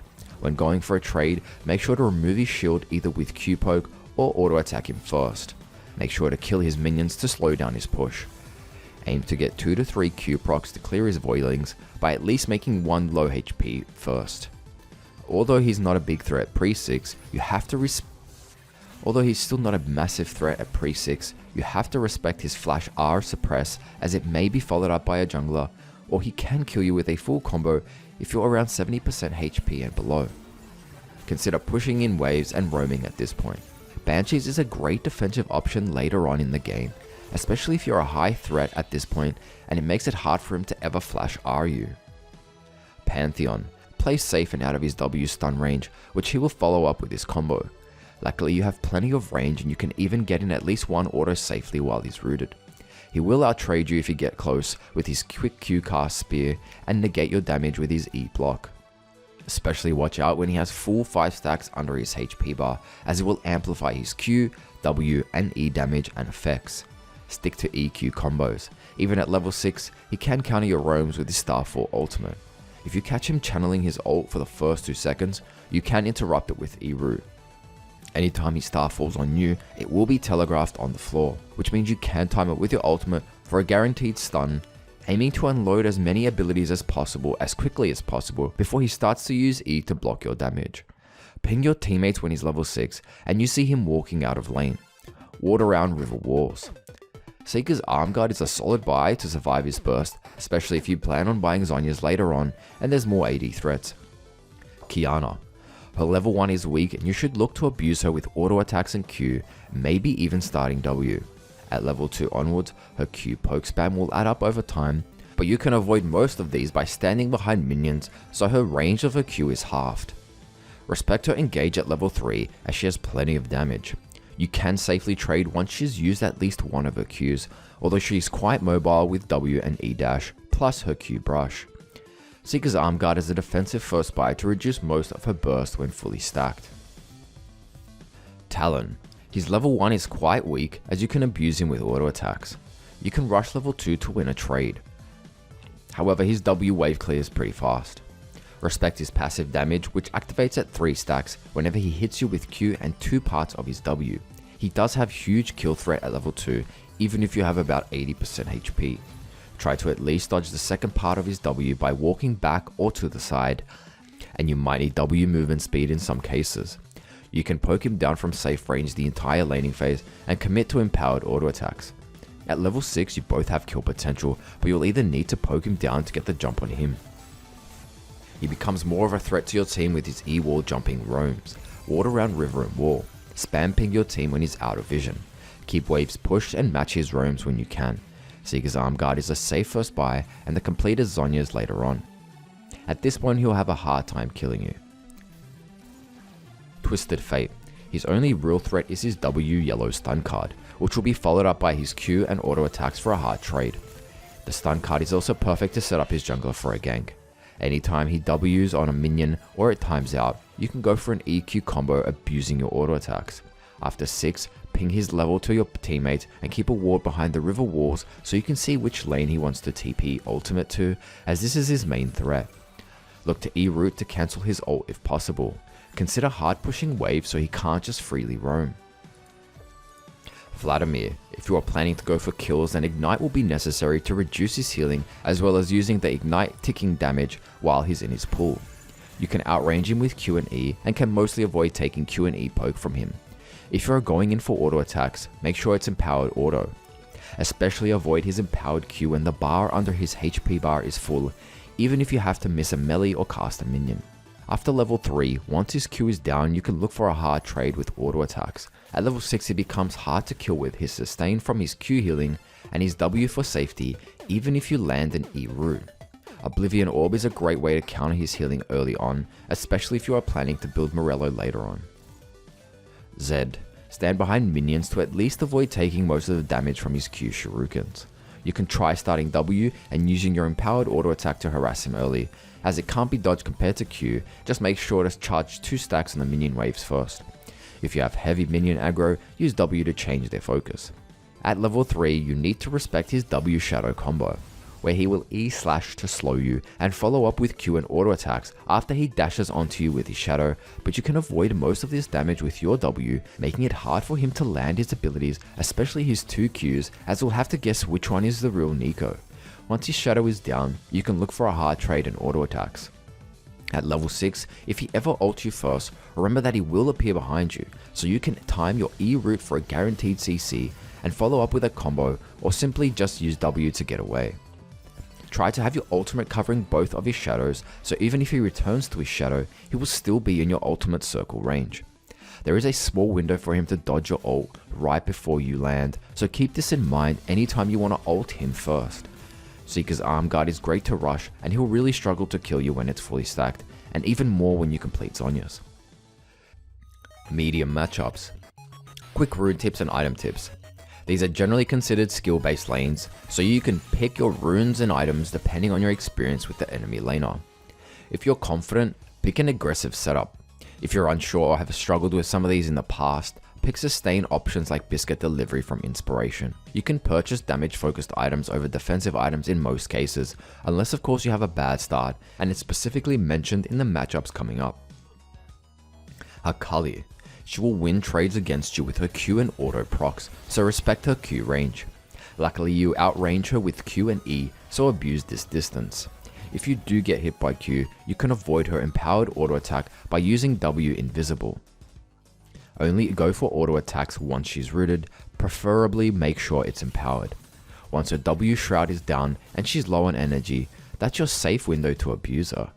Stay behind minions to avoid her E. She can travel with her E if you rooted her, but you'll have to time it right before your E lands on her. At level 6, she can dash towards you, but she needs to target you. Mercury treads are a great defensive option. Anivia. Her only threat is her Q, which is a slow moving skill shot that stuns, and she'll follow up with her bonus damage from her E and auto attacks. You can easily dodge this with sidesteps if you keep a fair distance from her, and even using your W movement speed in some cases. Only aim to auto attack her if her Q is down, so you should try to bait her by constantly walking forwards and backwards. She has an egg passive which revives her once she's lost all her HP. Let your jungler know and keep a timer when it's down. It's a 4-minute cooldown. Watch out for any type of egg baits, perhaps under a tower or stalling for a jungler. At level 6 you must respect her W wall push into her ultimate AoE combo. She will likely perma-push the lane with her large AoE ult if she chooses to play safe and you want to play a more active role. Her W wall will also be used to push you away anytime you try to ult her, so only ult her if you have flash or her W wall is down. Aurelion Salt. Most Aurelions perma-push with W orbs. Care for his slow Q skill shot which stuns and he will follow up with more damage. Use W movement speed to dodge his Q if necessary, and then counter him by getting close to E root. After level 3, you can look for hard trades by staying really close to him if you want, avoiding getting hit by his orbs. His main threat comes from roams using his fast traveling E. Try to ward behind river walls and some control wards in river brushes. Ping teammates anytime he's missing and you predict which lane he's ganking, as most Aurelion mains will gank a few times even before level 6. He can probably kill you with his ultimate combo from around 70% HP, so respect his damage, but try to punish him in the river when you can. Unfortunately his combo counters your ult, as it's the perfect peel tool to push you away. Diana. She can out-trade you with her W shield as it soaks up most of your combo. You'll have to bait out her W if you want to win trades. Her Q poke will chunk you eventually, so avoid being hit as much as possible. If you are hit, stay back and she'll be able to E-dash twice to you. The only real tip to dodging Diana's Q is moving to Diana's left side, since her Q always travels in a curve from her right hand. Winning lane won't be easy, so just play patient and aim for safe pokes. Diana lacks escapes, so try to set up the wave next to your tower and be ready to E-root and ult combo her to set up for your jungler. At level 6, she can and will go for a full combo anytime you get hit by her Q, or she has a jungler nearby. Echo. You win trades at level 1, so constantly auto attack him. Most Echoes will just try to push at level 1 with their Q. You should easily dodge his slow moving Q and use W movement speed if you have to. You will win trades at level 3 onwards. Avoid allowing him to proc his passive on you, which activates after he lands 3 auto attacks or abilities. Careful when he moves out of sight, as he's likely charging his W AoE stun and slow field. Most Echoes will start hard pushing with Q very early, and you should use your Q to counter push. After 6, if you land an empowered E root, you have a high chance to kill him, especially if you avoid his telegraphed ult damage AoE, basically staying away from his shadow clone unless you can tank the damage, and even ignite before he uses it to reduce his healing. You can time your ultimate with his ultimate, but that will take some careful timing, and it's still a little bit risky, as you'll have to predict him pressing R. Also, if you are about to get stunned and for some reason you know you won't be able to get out of the stun fill range, just press R as a safety, as your ultimate will still activate once you are stunned. Merc treads if he gets ahead and there are more AP threats. Galio. His W passive MR shield blocks AP and you must respect his kit and therefore hold off on auto attacks unless you empowered E rooted him. If you ever get in his W taunt and E dash knockup, you will be CC chained and take a huge chunk of damage. Worst off, he may be setting up for a jungler. You should W movement speed away while he is charging his dash and channel his W taunt area. Then counter him with your EQ combo with auto attacks. Once any of these two are down, you have free range to poke and harass him. Your best bet is to play safe and keep up in farm, as you can always just stay back and safely poke. At level 6 he will look to roam using his ultimate to enter fights, so ping his level to your teammates and ward behind river walls, and even ping the lane he starts walking towards. It's not a global ultimate, so he does need to get close to that lane before he presses it. There's a small window to cancel his ult with your E root just before he flies up, but you must be close. LeBlanc. Play safe before level 3, but you can still go for an EQ at max range. Avoid getting hit by her Q dash whenever she Q marks you, as she'll then follow up with E chain, which you can use your W invis and clone to avoid being hit, or if the initial chain hits, be ready to counter with your E and auto attacks. She's extremely slippery and is one of the few champs who can easily dodge your abilities, then return and harass you, so it may be best to play reactionary to play against some LeBlanc players. Try to predict she'll return by throwing Q and E towards her W pad on the floor. At level 6 she can use one of her 3 abilities twice, which means she can burst you with a full combo.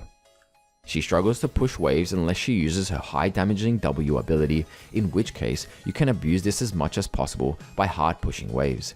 This strategy doesn't work too well if you don't have jungle pressure and vision control, as she's great at gap closing and setting up for a jungler anytime you are pushed up in lane. Merc treads is a defensive option to counter burst and CC. Quick special interaction is you can use her clone for an extra shield strength, as it counts as another champ. However, this is only effective when she's low HP. Orianna. Play safe before level 3. Avoid being too close for her to Q ball you, as it will be followed up by her AoE W slow field and her empowered orders from a passive. This will just turn into a poke game and you both have very similar combo and trades. After level 3, best to bait her QW poke, then go for a trade anytime she wastes it. She can choose to play very safe, making it hard to get a kill. After level 6, watch out for her E shield and ult pullback under tower. Plenty of Oris take barrier, so take that into account. Her ult is a great peel tool, keeping her away from you before you land, but that depends on her ball placing and accuracy. Look to roam if lane becomes stale, as she can perma push with her wave clear. Sylas. His Q has 2 parts, and you should use W movement speed away to at least avoid the second higher part. His E dash and then chain pull is his main gap closer, so avoid it at all costs, or he'll follow up with his combo. Your W invis is a great way to avoid his W target spell. He lacks escape apart from his small dash E over walls, so try to hold your wave close to your tower and be ready to set up for your jungler. At level 6 he can copy your ultimate and hold it for 1 minute and 30 seconds. As you already know, your ultimate is amazing for teamfights and works really well with Sylas's kit, so this will make him a huge threat. The good news is that once he steals your ult, it will be on cooldown for up to 4 minutes early game. A good early buy is Oblivion Orb to counter his W healing, but it's not necessary if you stay back and keep your distance. I would keep Morello as a high priority item for later that game, especially if the enemy team has more healing based champions. Veigar. Although he's a squishy immobile champ, his E cage, when used properly, makes it almost impossible to reliably get into auto attack range after 3. Go aggressive when his cage is down. Try to bait it out, using W movement speed to get away, and then follow up with your combo. Avoid taking Q poke damage, as he will gain AP. His W is easy to dodge, even if you're inside his cage. Anytime you are stunned, he will chunk you, and watch out when he uses his cage aggressively to set up for his jungler. At level 6 he has some kill threat if you get poked, and anytime you're around 30% HP, he will execute you with his ultimate. Merc treads are a defensive option to counter his burst and reduce his CC time from his cage, and he won't reliably hit his W anymore. Veigo. You can abuse him up to level 2, just keep your distance. His Q is a short range skill shot and it can go through minions. His W is a small dash, but it also has a potential medium range stun skill shot depending on his charge up, so stay back or even use your W to avoid it. It only hits the first target, so you can stay behind minions to avoid the stun. His E Mist will be used on walls around the river anytime he either wants to go aggressive, and he may be followed up by a jungler, so play passive until it's down. It has around a 14-second cooldown early on. He is camouflaged within the mist, which means you can walk up close to him and he will be revealed, or you can use your W clone as it will reveal him from very safe range.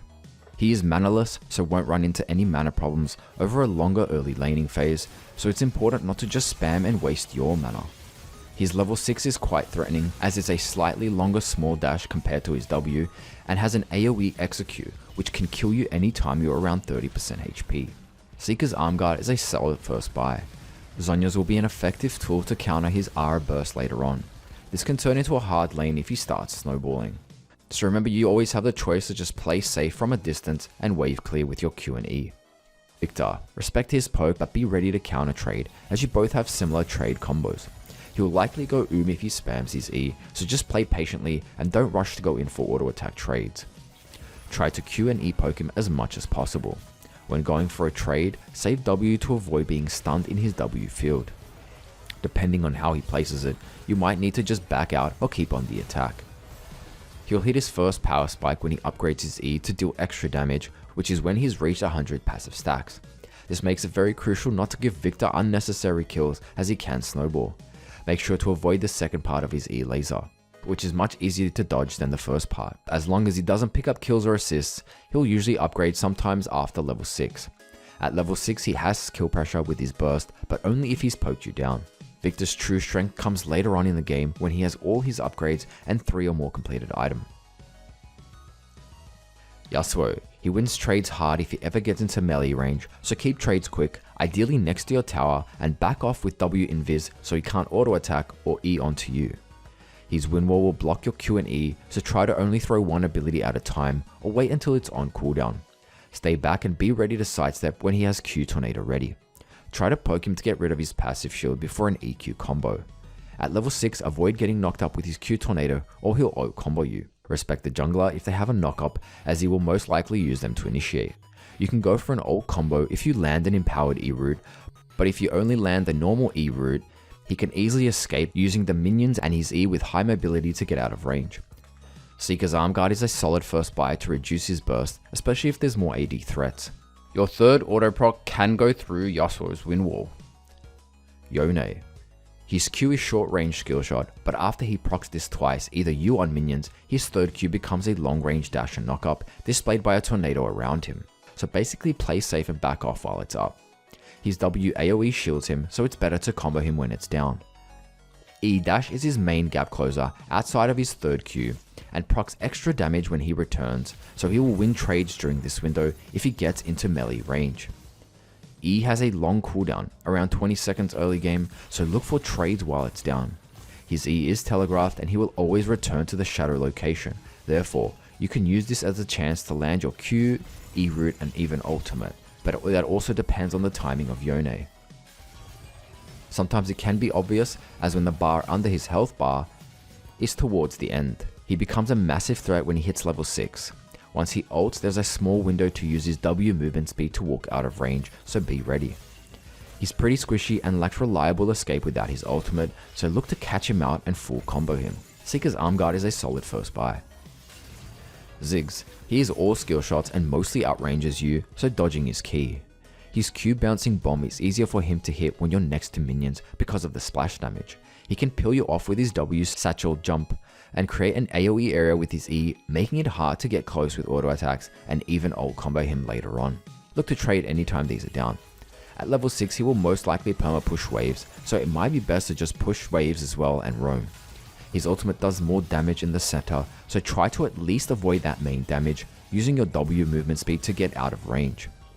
He can't really follow your roams, and if he tries, look to kill him in the river with a full combo and around the jungle. Merc Treads are fine to purchase if the enemy has more AP threats. Zoe, her main threat is her E sleep CC, Once you're hit, she will follow up with her Q poke damage and empowered auto attacks, which will chunk you for around 50% HP early game. If you do get hit by E, use your W just before you're put to sleep to try and soak up her Q damage. Stay away from walls, especially if you don't have vision of her, as walls extend the range of her E. She might even be charging up for her long range Q, as it does more damage the longer it travels. Keep an eye on her W spell, which will be displayed next to her HP bar. Careful when using her summoner spells, as she may use them against you. Once her E is down, which has around 20-second cooldown early game, you can play the lane aggressively. At level 6 she has a blink for gap closing, however, she will return to the initial portal, which means you can get a guaranteed Q, E or ultimate. Try to cover both Zoe and her portal within the circle range of your ultimate. She may choose to play really safe by clearing waves, in which case you can look to roam. Merc Treads are a solid offensive buy, mostly to reduce her burst. These are one of the rare matchups where I would recommend taking Cleanse or maybe TP as a summoner, as you're essentially giving her 2 ignites if you take ignite. Hard matchups, quick rune and item tips. Since these are generally considered hard matchups, you should have a goal to stay even in lane so you don't fall off and become a liability for your team. However, if you're confident, don't hesitate to pick an aggressive setup of runes. Some champs aren't exactly huge kill threats, they are just hard to kill, so you can still ignore the sustain runes. If you're unsure or have struggled with some of these in the past, pick sustain options like Biscuit Delivery from Inspiration to ease the laning phase. I would also recommend TP against heavy poke or high threat champ matchups, as it can save you from falling behind. You'll most likely prioritize defensive items in most cases, unless of course you get ahead and perhaps your laner isn't an issue after laning phase. Azir.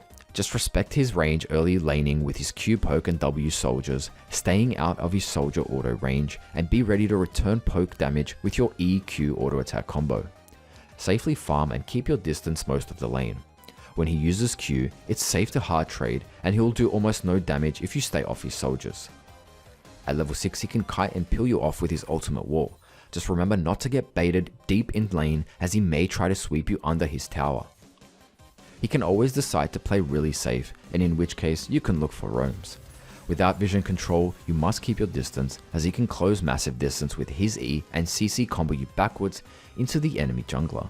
Remember tips with W mind games to reduce the chance that his flash ults you backwards, and you'll have to guess which is the real Neeko. Merc Treads are optional if the enemy team is AP or CC heavy. Cassiopeia.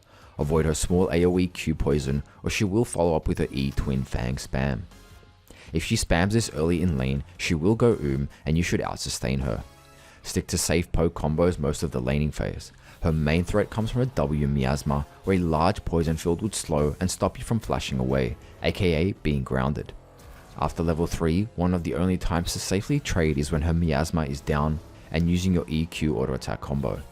You can also trade when she's around 30% mana and below, as she can't spam E early without going You can potentially flash over the Miasma if you're just outside its range and Cassio is on the other side and you're about to ult combo her, and you can even use Rocketbelt over it too, at least to cover most of the distance. Her level 6 is a threat with her large AoE stun ultimate, so be ready to face away when you anticipate it.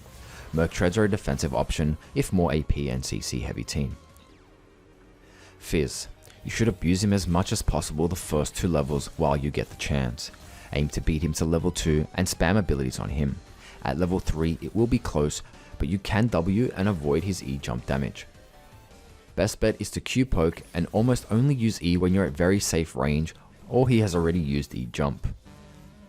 At level 6, if he ever hits his ult shark, he can one-shot you, so it's extremely important you keep your distance.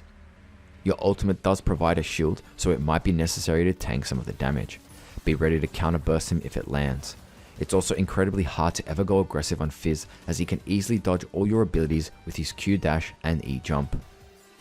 Merc Treads can help reduce his burst, so consider this if there are more AP or CC threats. Early stopwatch can win early clutch fights, negating his ult and E jump damage. Banshees may be necessary later on, as it will avoid the stick-on potential of his Shark ultimate. Aurelia. You have a small window at level 1 to get as many free auto attacks as possible, but you must stay away from your low HP minions. She will only win trade if she lands her E, which is telegraphed, and you can use your W clone to get away and cause her to stun the wrong target, so make sure to save W especially for this.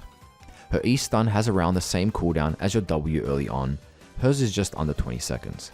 Once her E is down, you can play aggressively and only go for a heal if you've hit E and taken Ignite. She can all-in you at level 6 from 100 to 0. Your best bet is to play safe, poke trades, and wait for ganks.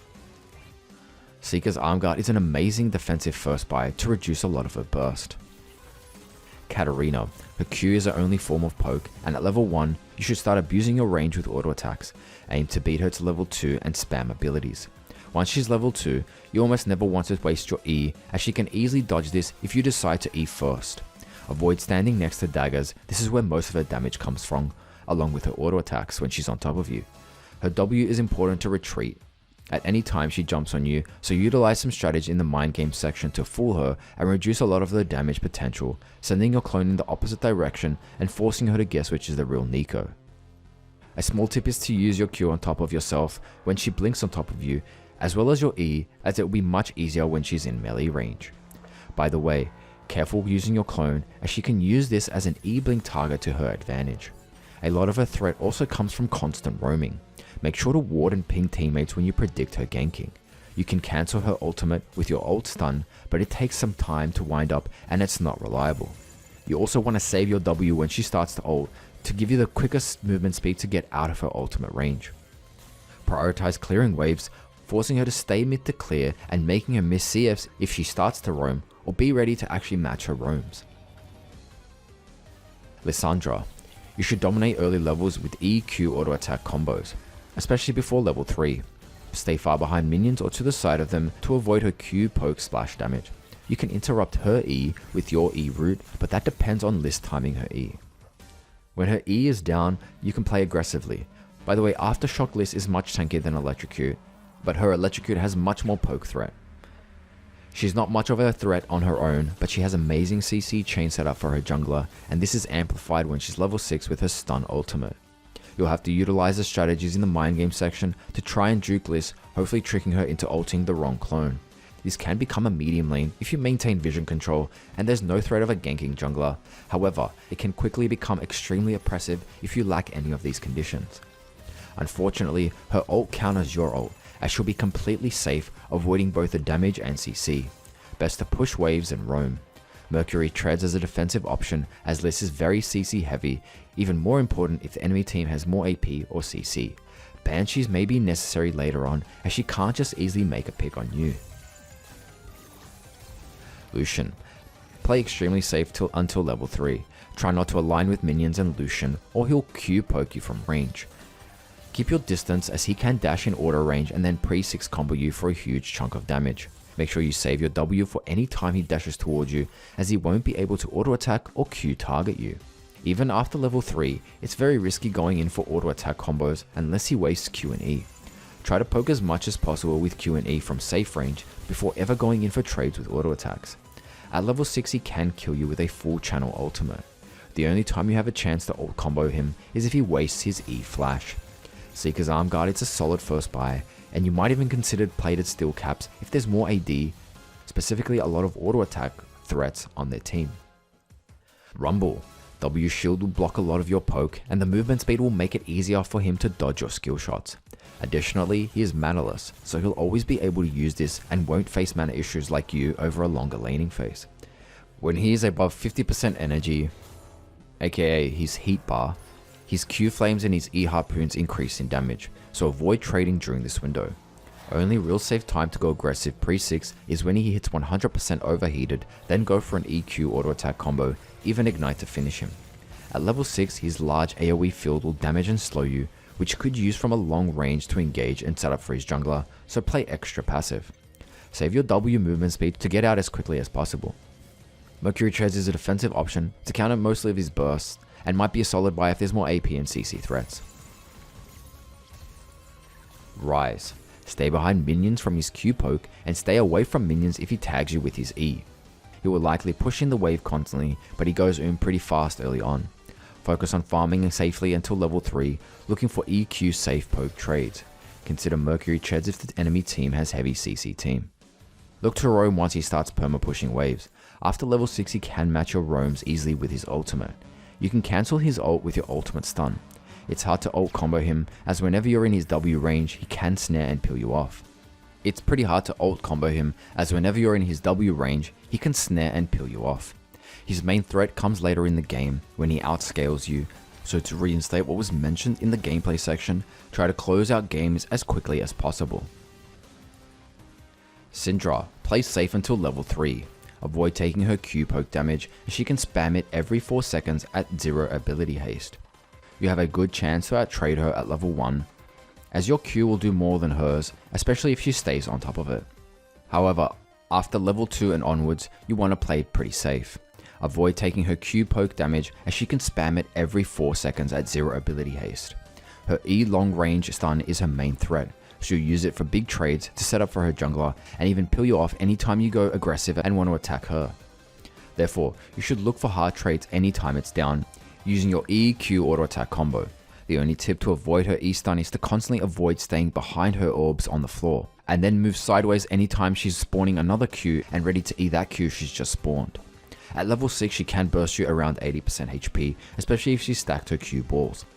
You have potential to full combo her anytime you catch her out around walls or river, but I would only suggest this once you've poked her down to about 60 to 70% HP, as she can return and counter with her burst. Merc treads are great to reduce damage, CC, and provide movement speed to dodge her skill shots early.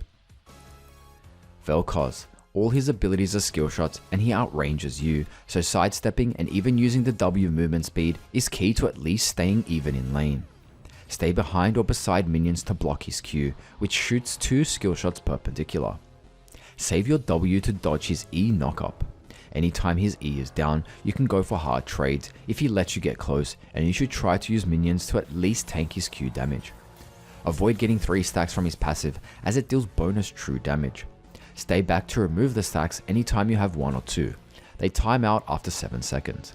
Maintain control in rivers so he won't be able to leave his lane, otherwise punish him if he does. You can interrupt his ult laser with your ultimate stun, but you might die as you're winding up. For clarity, he remains still while channeling his R laser beam, which can give you a good chance to go aggressive on him. Rocketbelt is amazing to avoid skill shots, especially his E, and getting close to combo him. Merc treads is a defensive option to reduce damage, CC, and the extra movement to help in dodging. You might even want to consider this a first buy. Xerath. Again, he is all skill shots and outranges you, so dodging is essential to winning lane, and you should always look to counterpoke with your EQ combo. You'll want to become efficient at sidestepping juking, aiming to move as randomly as possible to avoid his Q beam and W circle AoE skill shots, especially in the center as it does extra damage. Stay behind minions so he can't get an E stun on you. Anytime his E is down is a good window to look for a hard trade. His passive allows him to get mana from his next auto attack, and he gets extra mana when he attacks a champion. Anytime he zoom, he may be tempted to auto attack you, so it might be useful to use it as a chance to E-root him. At level 6 his poke potential depends on his accuracy, so be sure to stay healthy. Most Xeraths play extremely safe, so your best bet is to roam or catch him out around river. Merc treads is a defensive option to reduce damage, CC, and the extra movement speed to help in dodging. You might even want to consider this a first buy. They cannot handle Neeko. Other roles. Just as a precaution, I would highly suggest you have plenty of experience playing AP Neeko mid before trying these builds in bot and top lane. In particular, the 280 builds with press the attack, where you'll need to rely mostly on auto attacks for damage, which means positioning is extremely important. Playing AP mid first is much more forgiving, as you can slowly build the muscle memory using Neeko's abilities from safe range, building up your accuracy and confidence until you're ready to try something different. This doesn't mean these other lanes are necessarily harder, they just involve different types of playstyles. AD Neeko. Before we get into specific lanes, let's first cover AD Neeko. Press the attack is by far the most viable rune for this build. As already mentioned in builds, press the attack simply increases all damage dealt to the target after 3 auto attacks. Since we're building mostly attack speed, in both the crit and on-hit builds, this rune has perfect synergy with this playstyle. Remember to use as many tips in this guide as possible to ensure you're constantly able to activate this important enhanced damage from press the attack, as it's the key to dominating with this build. you will shred anything in your way at this point. The next step is deciding whether to go with crit or on-hit items. Crit builds are usually made to dominate late game. On-hit items usually have a mid-game power spike. General tips with playing AD Neeko. Okay, so since most of your damage comes from auto attacks, you'll be using your ultimate mostly for self-peel, but don't ever hesitate to use it as an engage when you have a chance to make a game-changing play. Although most of this guide is based on AP Neeko, most of the information still applies to AD Neeko. Most of the combos, mechanics, and mind games can be applied to these AD builds. Since we're maxing W first, remember to use the bonus movement speed from the 3rd empowered auto to kite, chase, and reposition. With certain runes like Celerity, it will enhance this movement speed, which will be essential when playing AD Neeko, as you can maintain a safe distance from enemy threats while outputting damage. Why AD Neeko over other champions? Her passive and W make her a flexible pick for her playmaking potential, something rare amongst standard ADCs. The surprise factor. Neeko is rarely seen bot or played as an AD champ. This means players rarely know what to expect and are generally unsure about how much damage you can deal. She has more kill potential early on compared to other ADCs. A simple level 2 rush into your Tangle-Barbs route and 1 or 2 empowered auto attacks can lead to many easy kills early game, especially with an aggressive support. Just as a reminder, since you aren't building AP, your playstyle needs to adapt. Don't rely on abilities for damage, but rather as a way to help you position and kite your enemies. Adaptability. Sometimes in early champ select, you might decide to go AD Neeko, but it just so happened that you have a full AD comp. Therefore, let your team know that you'll be going AP Neeko, and this will balance out your team comp. You don't have to do this, but generally balancing damage output will increase your chances of winning and further makes this Neeko pick extremely flexible. Cheat sheets. First, let's cover all the cheat sheets you'll need if you want to try these builds out in your next game. After this, I'll give you a few tips on these 3 roles. Bot lane. Neeko is viable in bot lane whether you're the bot lane carry taking CS or the support. As a bot lane carry, you have the option of playing AP or AD Neeko. AD Neeko includes a crit and on-hit build, both using press the attack as the rune. Let's first cover the AD builds for bot lane. Okay, AD bot lane cheat sheets. Crit build. Pretty much the same as the top lane build we mentioned in the build section, but I've added Galeforce as another option for your mythic, especially if the dash is essential against enemy threats and you don't have the amount of peel you need. Or maybe you just want to play really aggressive and need the dash to amplify this. On hit. Here's the on hit build shown before with the same summoner spell changes. Items are really flexible.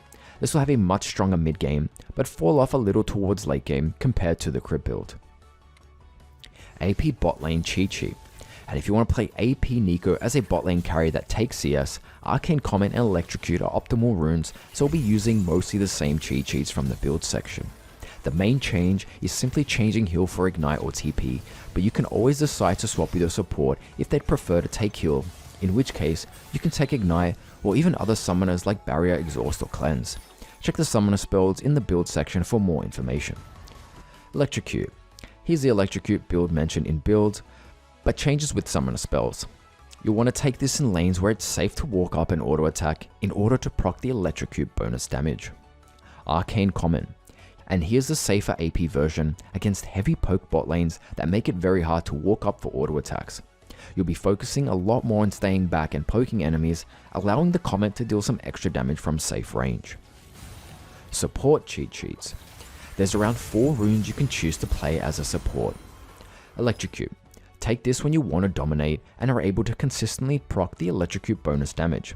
This is best when you have a dominant early game ADC who can follow up, and you should look for kills and aim to snowball your lane. Think of champions like Draven and Lucian. Arcane Comet. Against heavy poke and long range matchups, you want to stay further back, and therefore Arcane Comet becomes more reliable compared to Electrocute as mentioned before. Predator. Take this when you want to make plays with your team. You'll be forcing engages a lot more, using the movement speed from the boot active. You'll sacrifice damage in lane compared to the 2 last runes, so make sure your team has that covered. Glacial Augment. You want to take the Everfrost mythic in order to utilize the slow raise from this rune. Aim to use the slows from your auto attacks to increase your chance of landing E, set up for your ADC, or simply peel them. Top lane cheat sheets. Crit build. This is the same crit build as mentioned in the build section, but I'll leave it here for convenience. Take Ignite for lane dominance, or Teleport is also a solid option if you want global pressure. On hit. Again, putting this here for convenience. On hit builds are flexible, so pick according to your needs. If you're not sure, just copy what's on the cheat sheet. AP cheat sheet for top lane. Electrocute. Probably the only build you want to take for top lane when playing AP. Mythics are flexible, just like with any other AP Neeko build. Remember to look over the items in the build section for more details.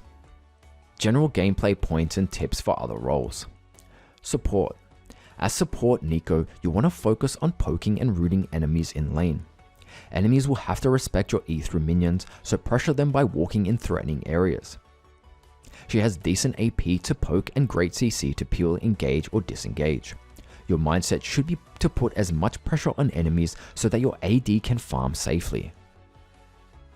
As you already know, Neeko is a flexible champ to play with plenty of our plays and playmaking. The main difference from support and other lanes is that you want to start with Spell Thief's Edge, making sure to poke and harass enemies to upgrade in order to obtain wards, then focus on utility based gameplay, using the items mentioned in the cheat sheet. Compared to other lanes, gold becomes a much more scarce resource, so item purchases must be efficient in order to make this playstyle viable. However, depending on how the game goes, and if your lane starts snowballing, you can always purchase higher priced items.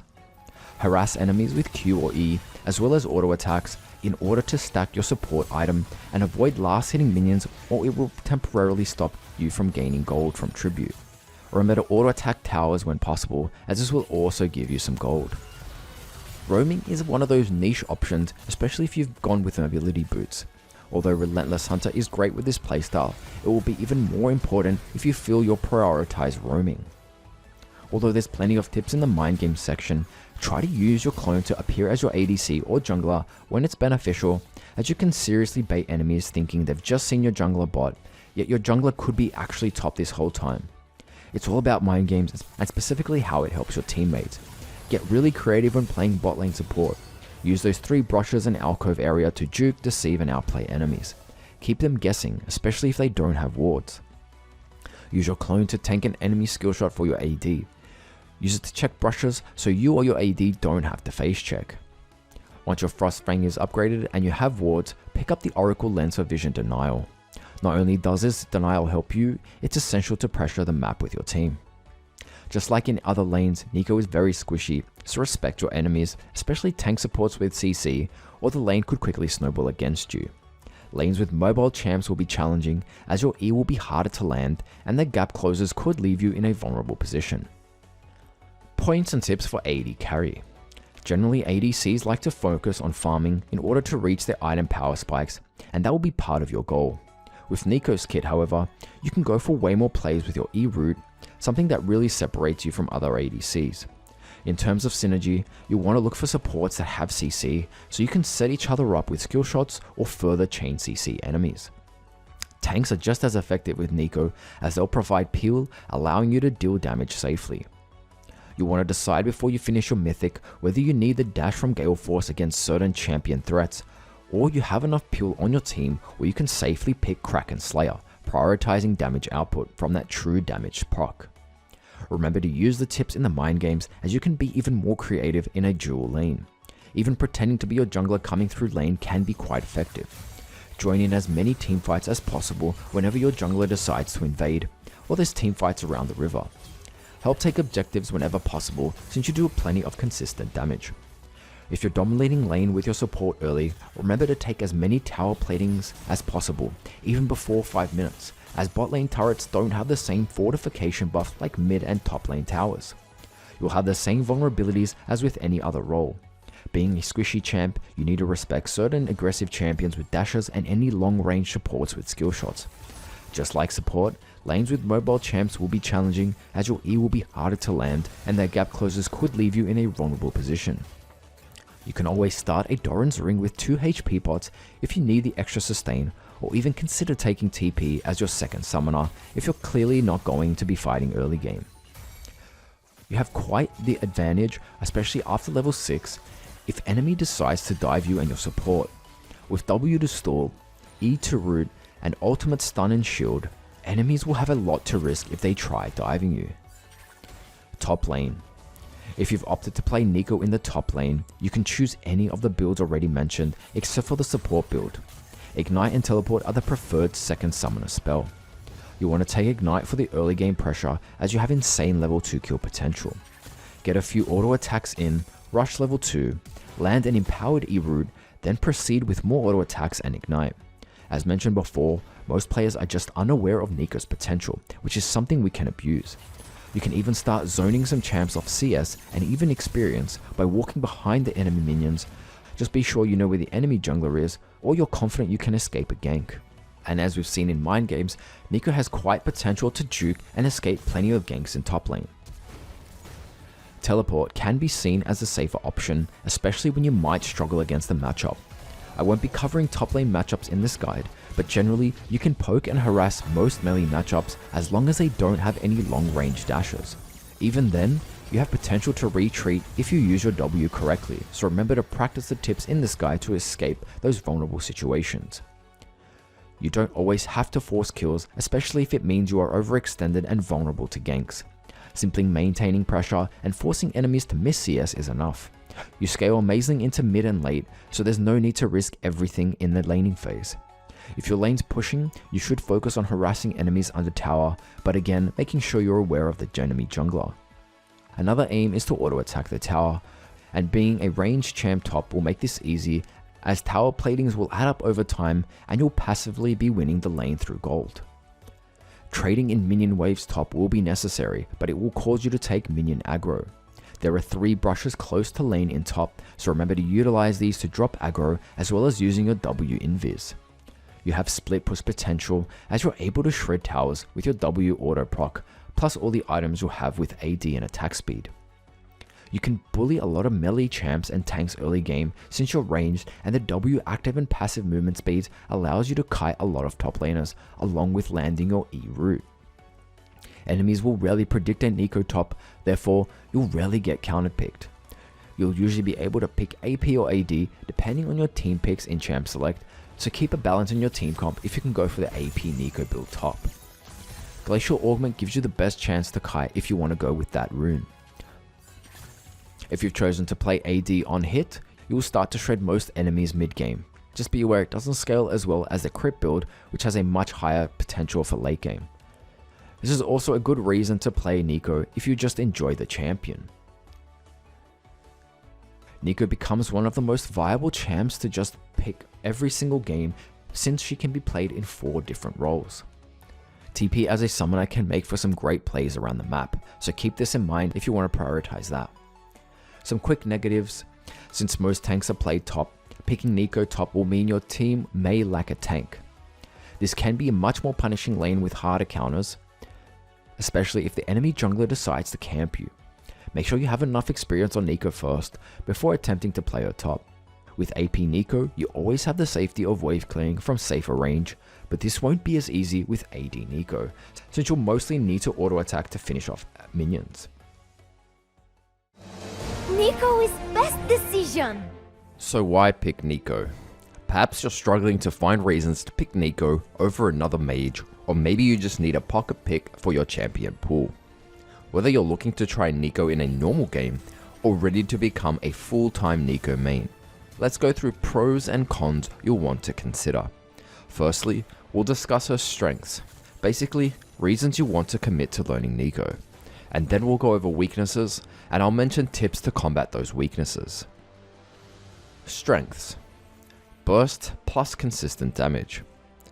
After 1 or 2 main items, you can burst most squishy champs. If you're able to kite enemies in fights, the procs from your Q and W empowered auto attacks will output plenty of AoE and single target damage. Positioning will be extremely important, as keeping that fine line between being close enough to auto attack yet far enough that the enemy struggles to output damage back can ultimately decide how much damage you deal in a fight. Remember to use this consistent damage to help your team take Barons, Dragons, and even the Rift Herald a lot faster, giving the enemy team very little time to group up and steal those objectives. Crowd control. Your E and ultimate potentially provide enough CC to stun or root the entire enemy team. If you've gone with Everfrost, you'll have slows and roots on top of that. In fact, her game-changing ultimate has insane potential to turn even some of the most lost games around. Remember to use this CC not only to land your important abilities, but also to set up your team, whether it's your jungler for a gank, flanking a laners from a roam, or most importantly, in a teamfight, to make sure they are able to capitalize and output all of their abilities. And the potential to peel is also worth noting, especially if you can chain CC everything. Mind games outplay ability. Your passive and W cloning abilities give you an endless amount of ways to deceive, juke, and surprise your enemy. I could even make a whole entire video of how much potential these two abilities have, and how every game will open up new ways to outsmart your opponents.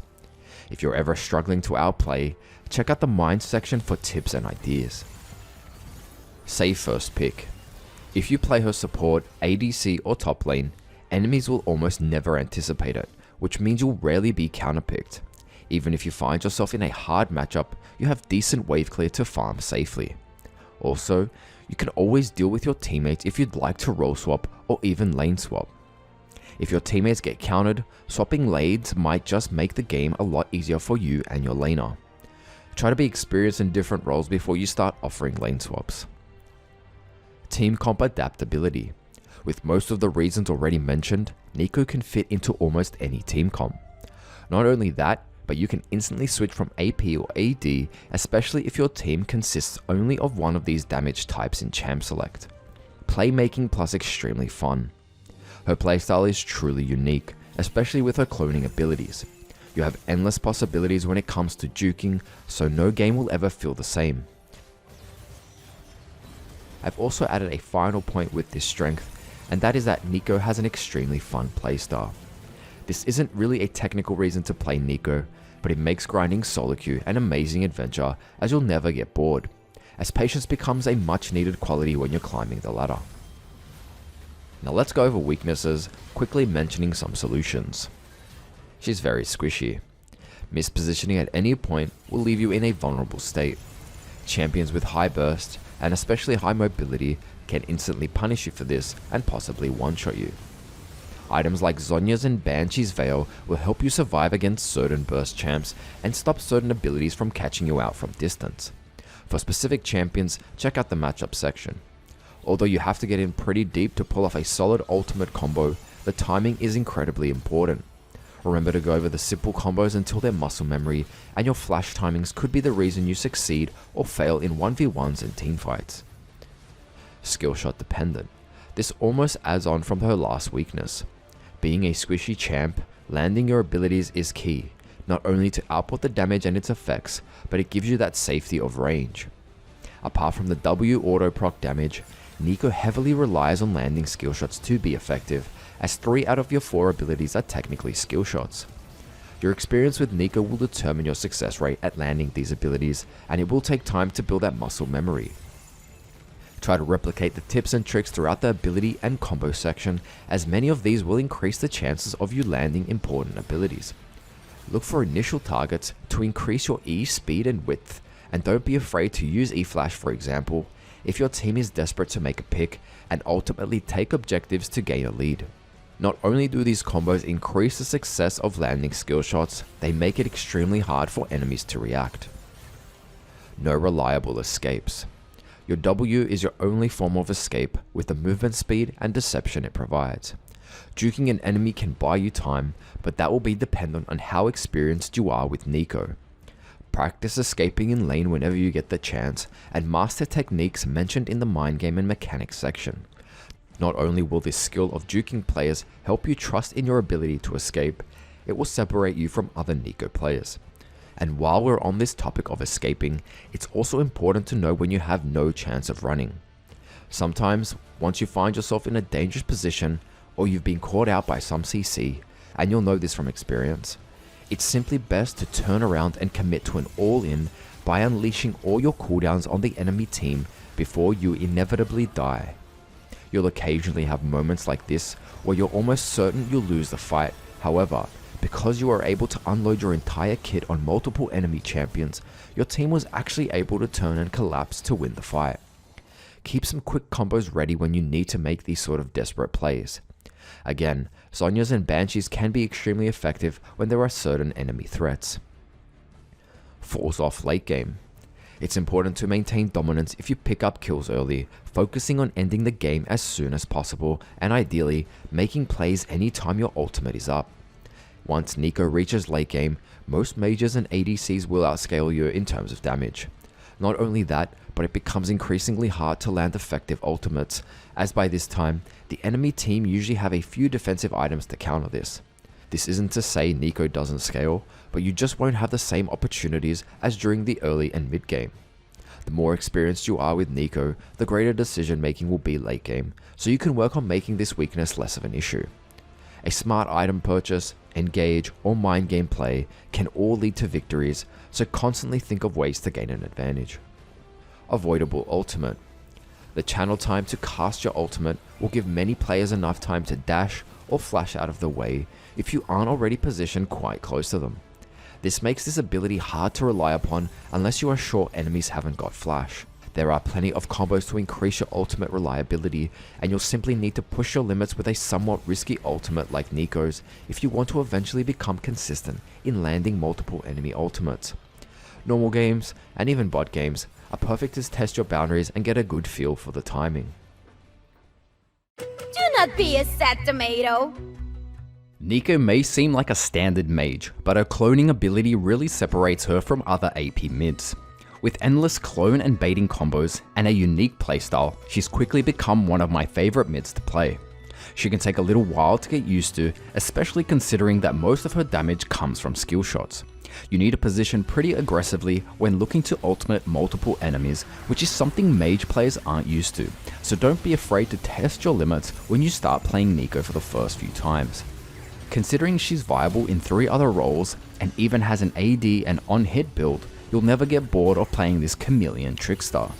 Patches will inevitably affect some details in this guide, so make sure to check comments, which I'll try to update whenever a new patch affects Neeko. 99% of this guide will still be useful regardless of changes. Have I missed anything? If so, let me know in the comments below and I'll add it in the extra info, giving you full credit. This will also help other players who are seeking to improve at Neeko. If you've made it this far, I want to say thanks for watching, as it's a pretty long video. I want to try to change things up, so I'll be aiming to make more guides, but they'll be much shorter, around the 30-minute mark to an hour. They'll still be considered ultimate guides, and they'll still maintain the same quality as you've seen in this guide. I'll also be streaming quite soon, and if you enjoy these guides, I'm sure you'll enjoy the streams, as they'll have the same type of commentary focusing on the mindset and decision making. I'll also be able to interact with you guys live, making it much easier to answer any questions you have while you're on your ranked journey.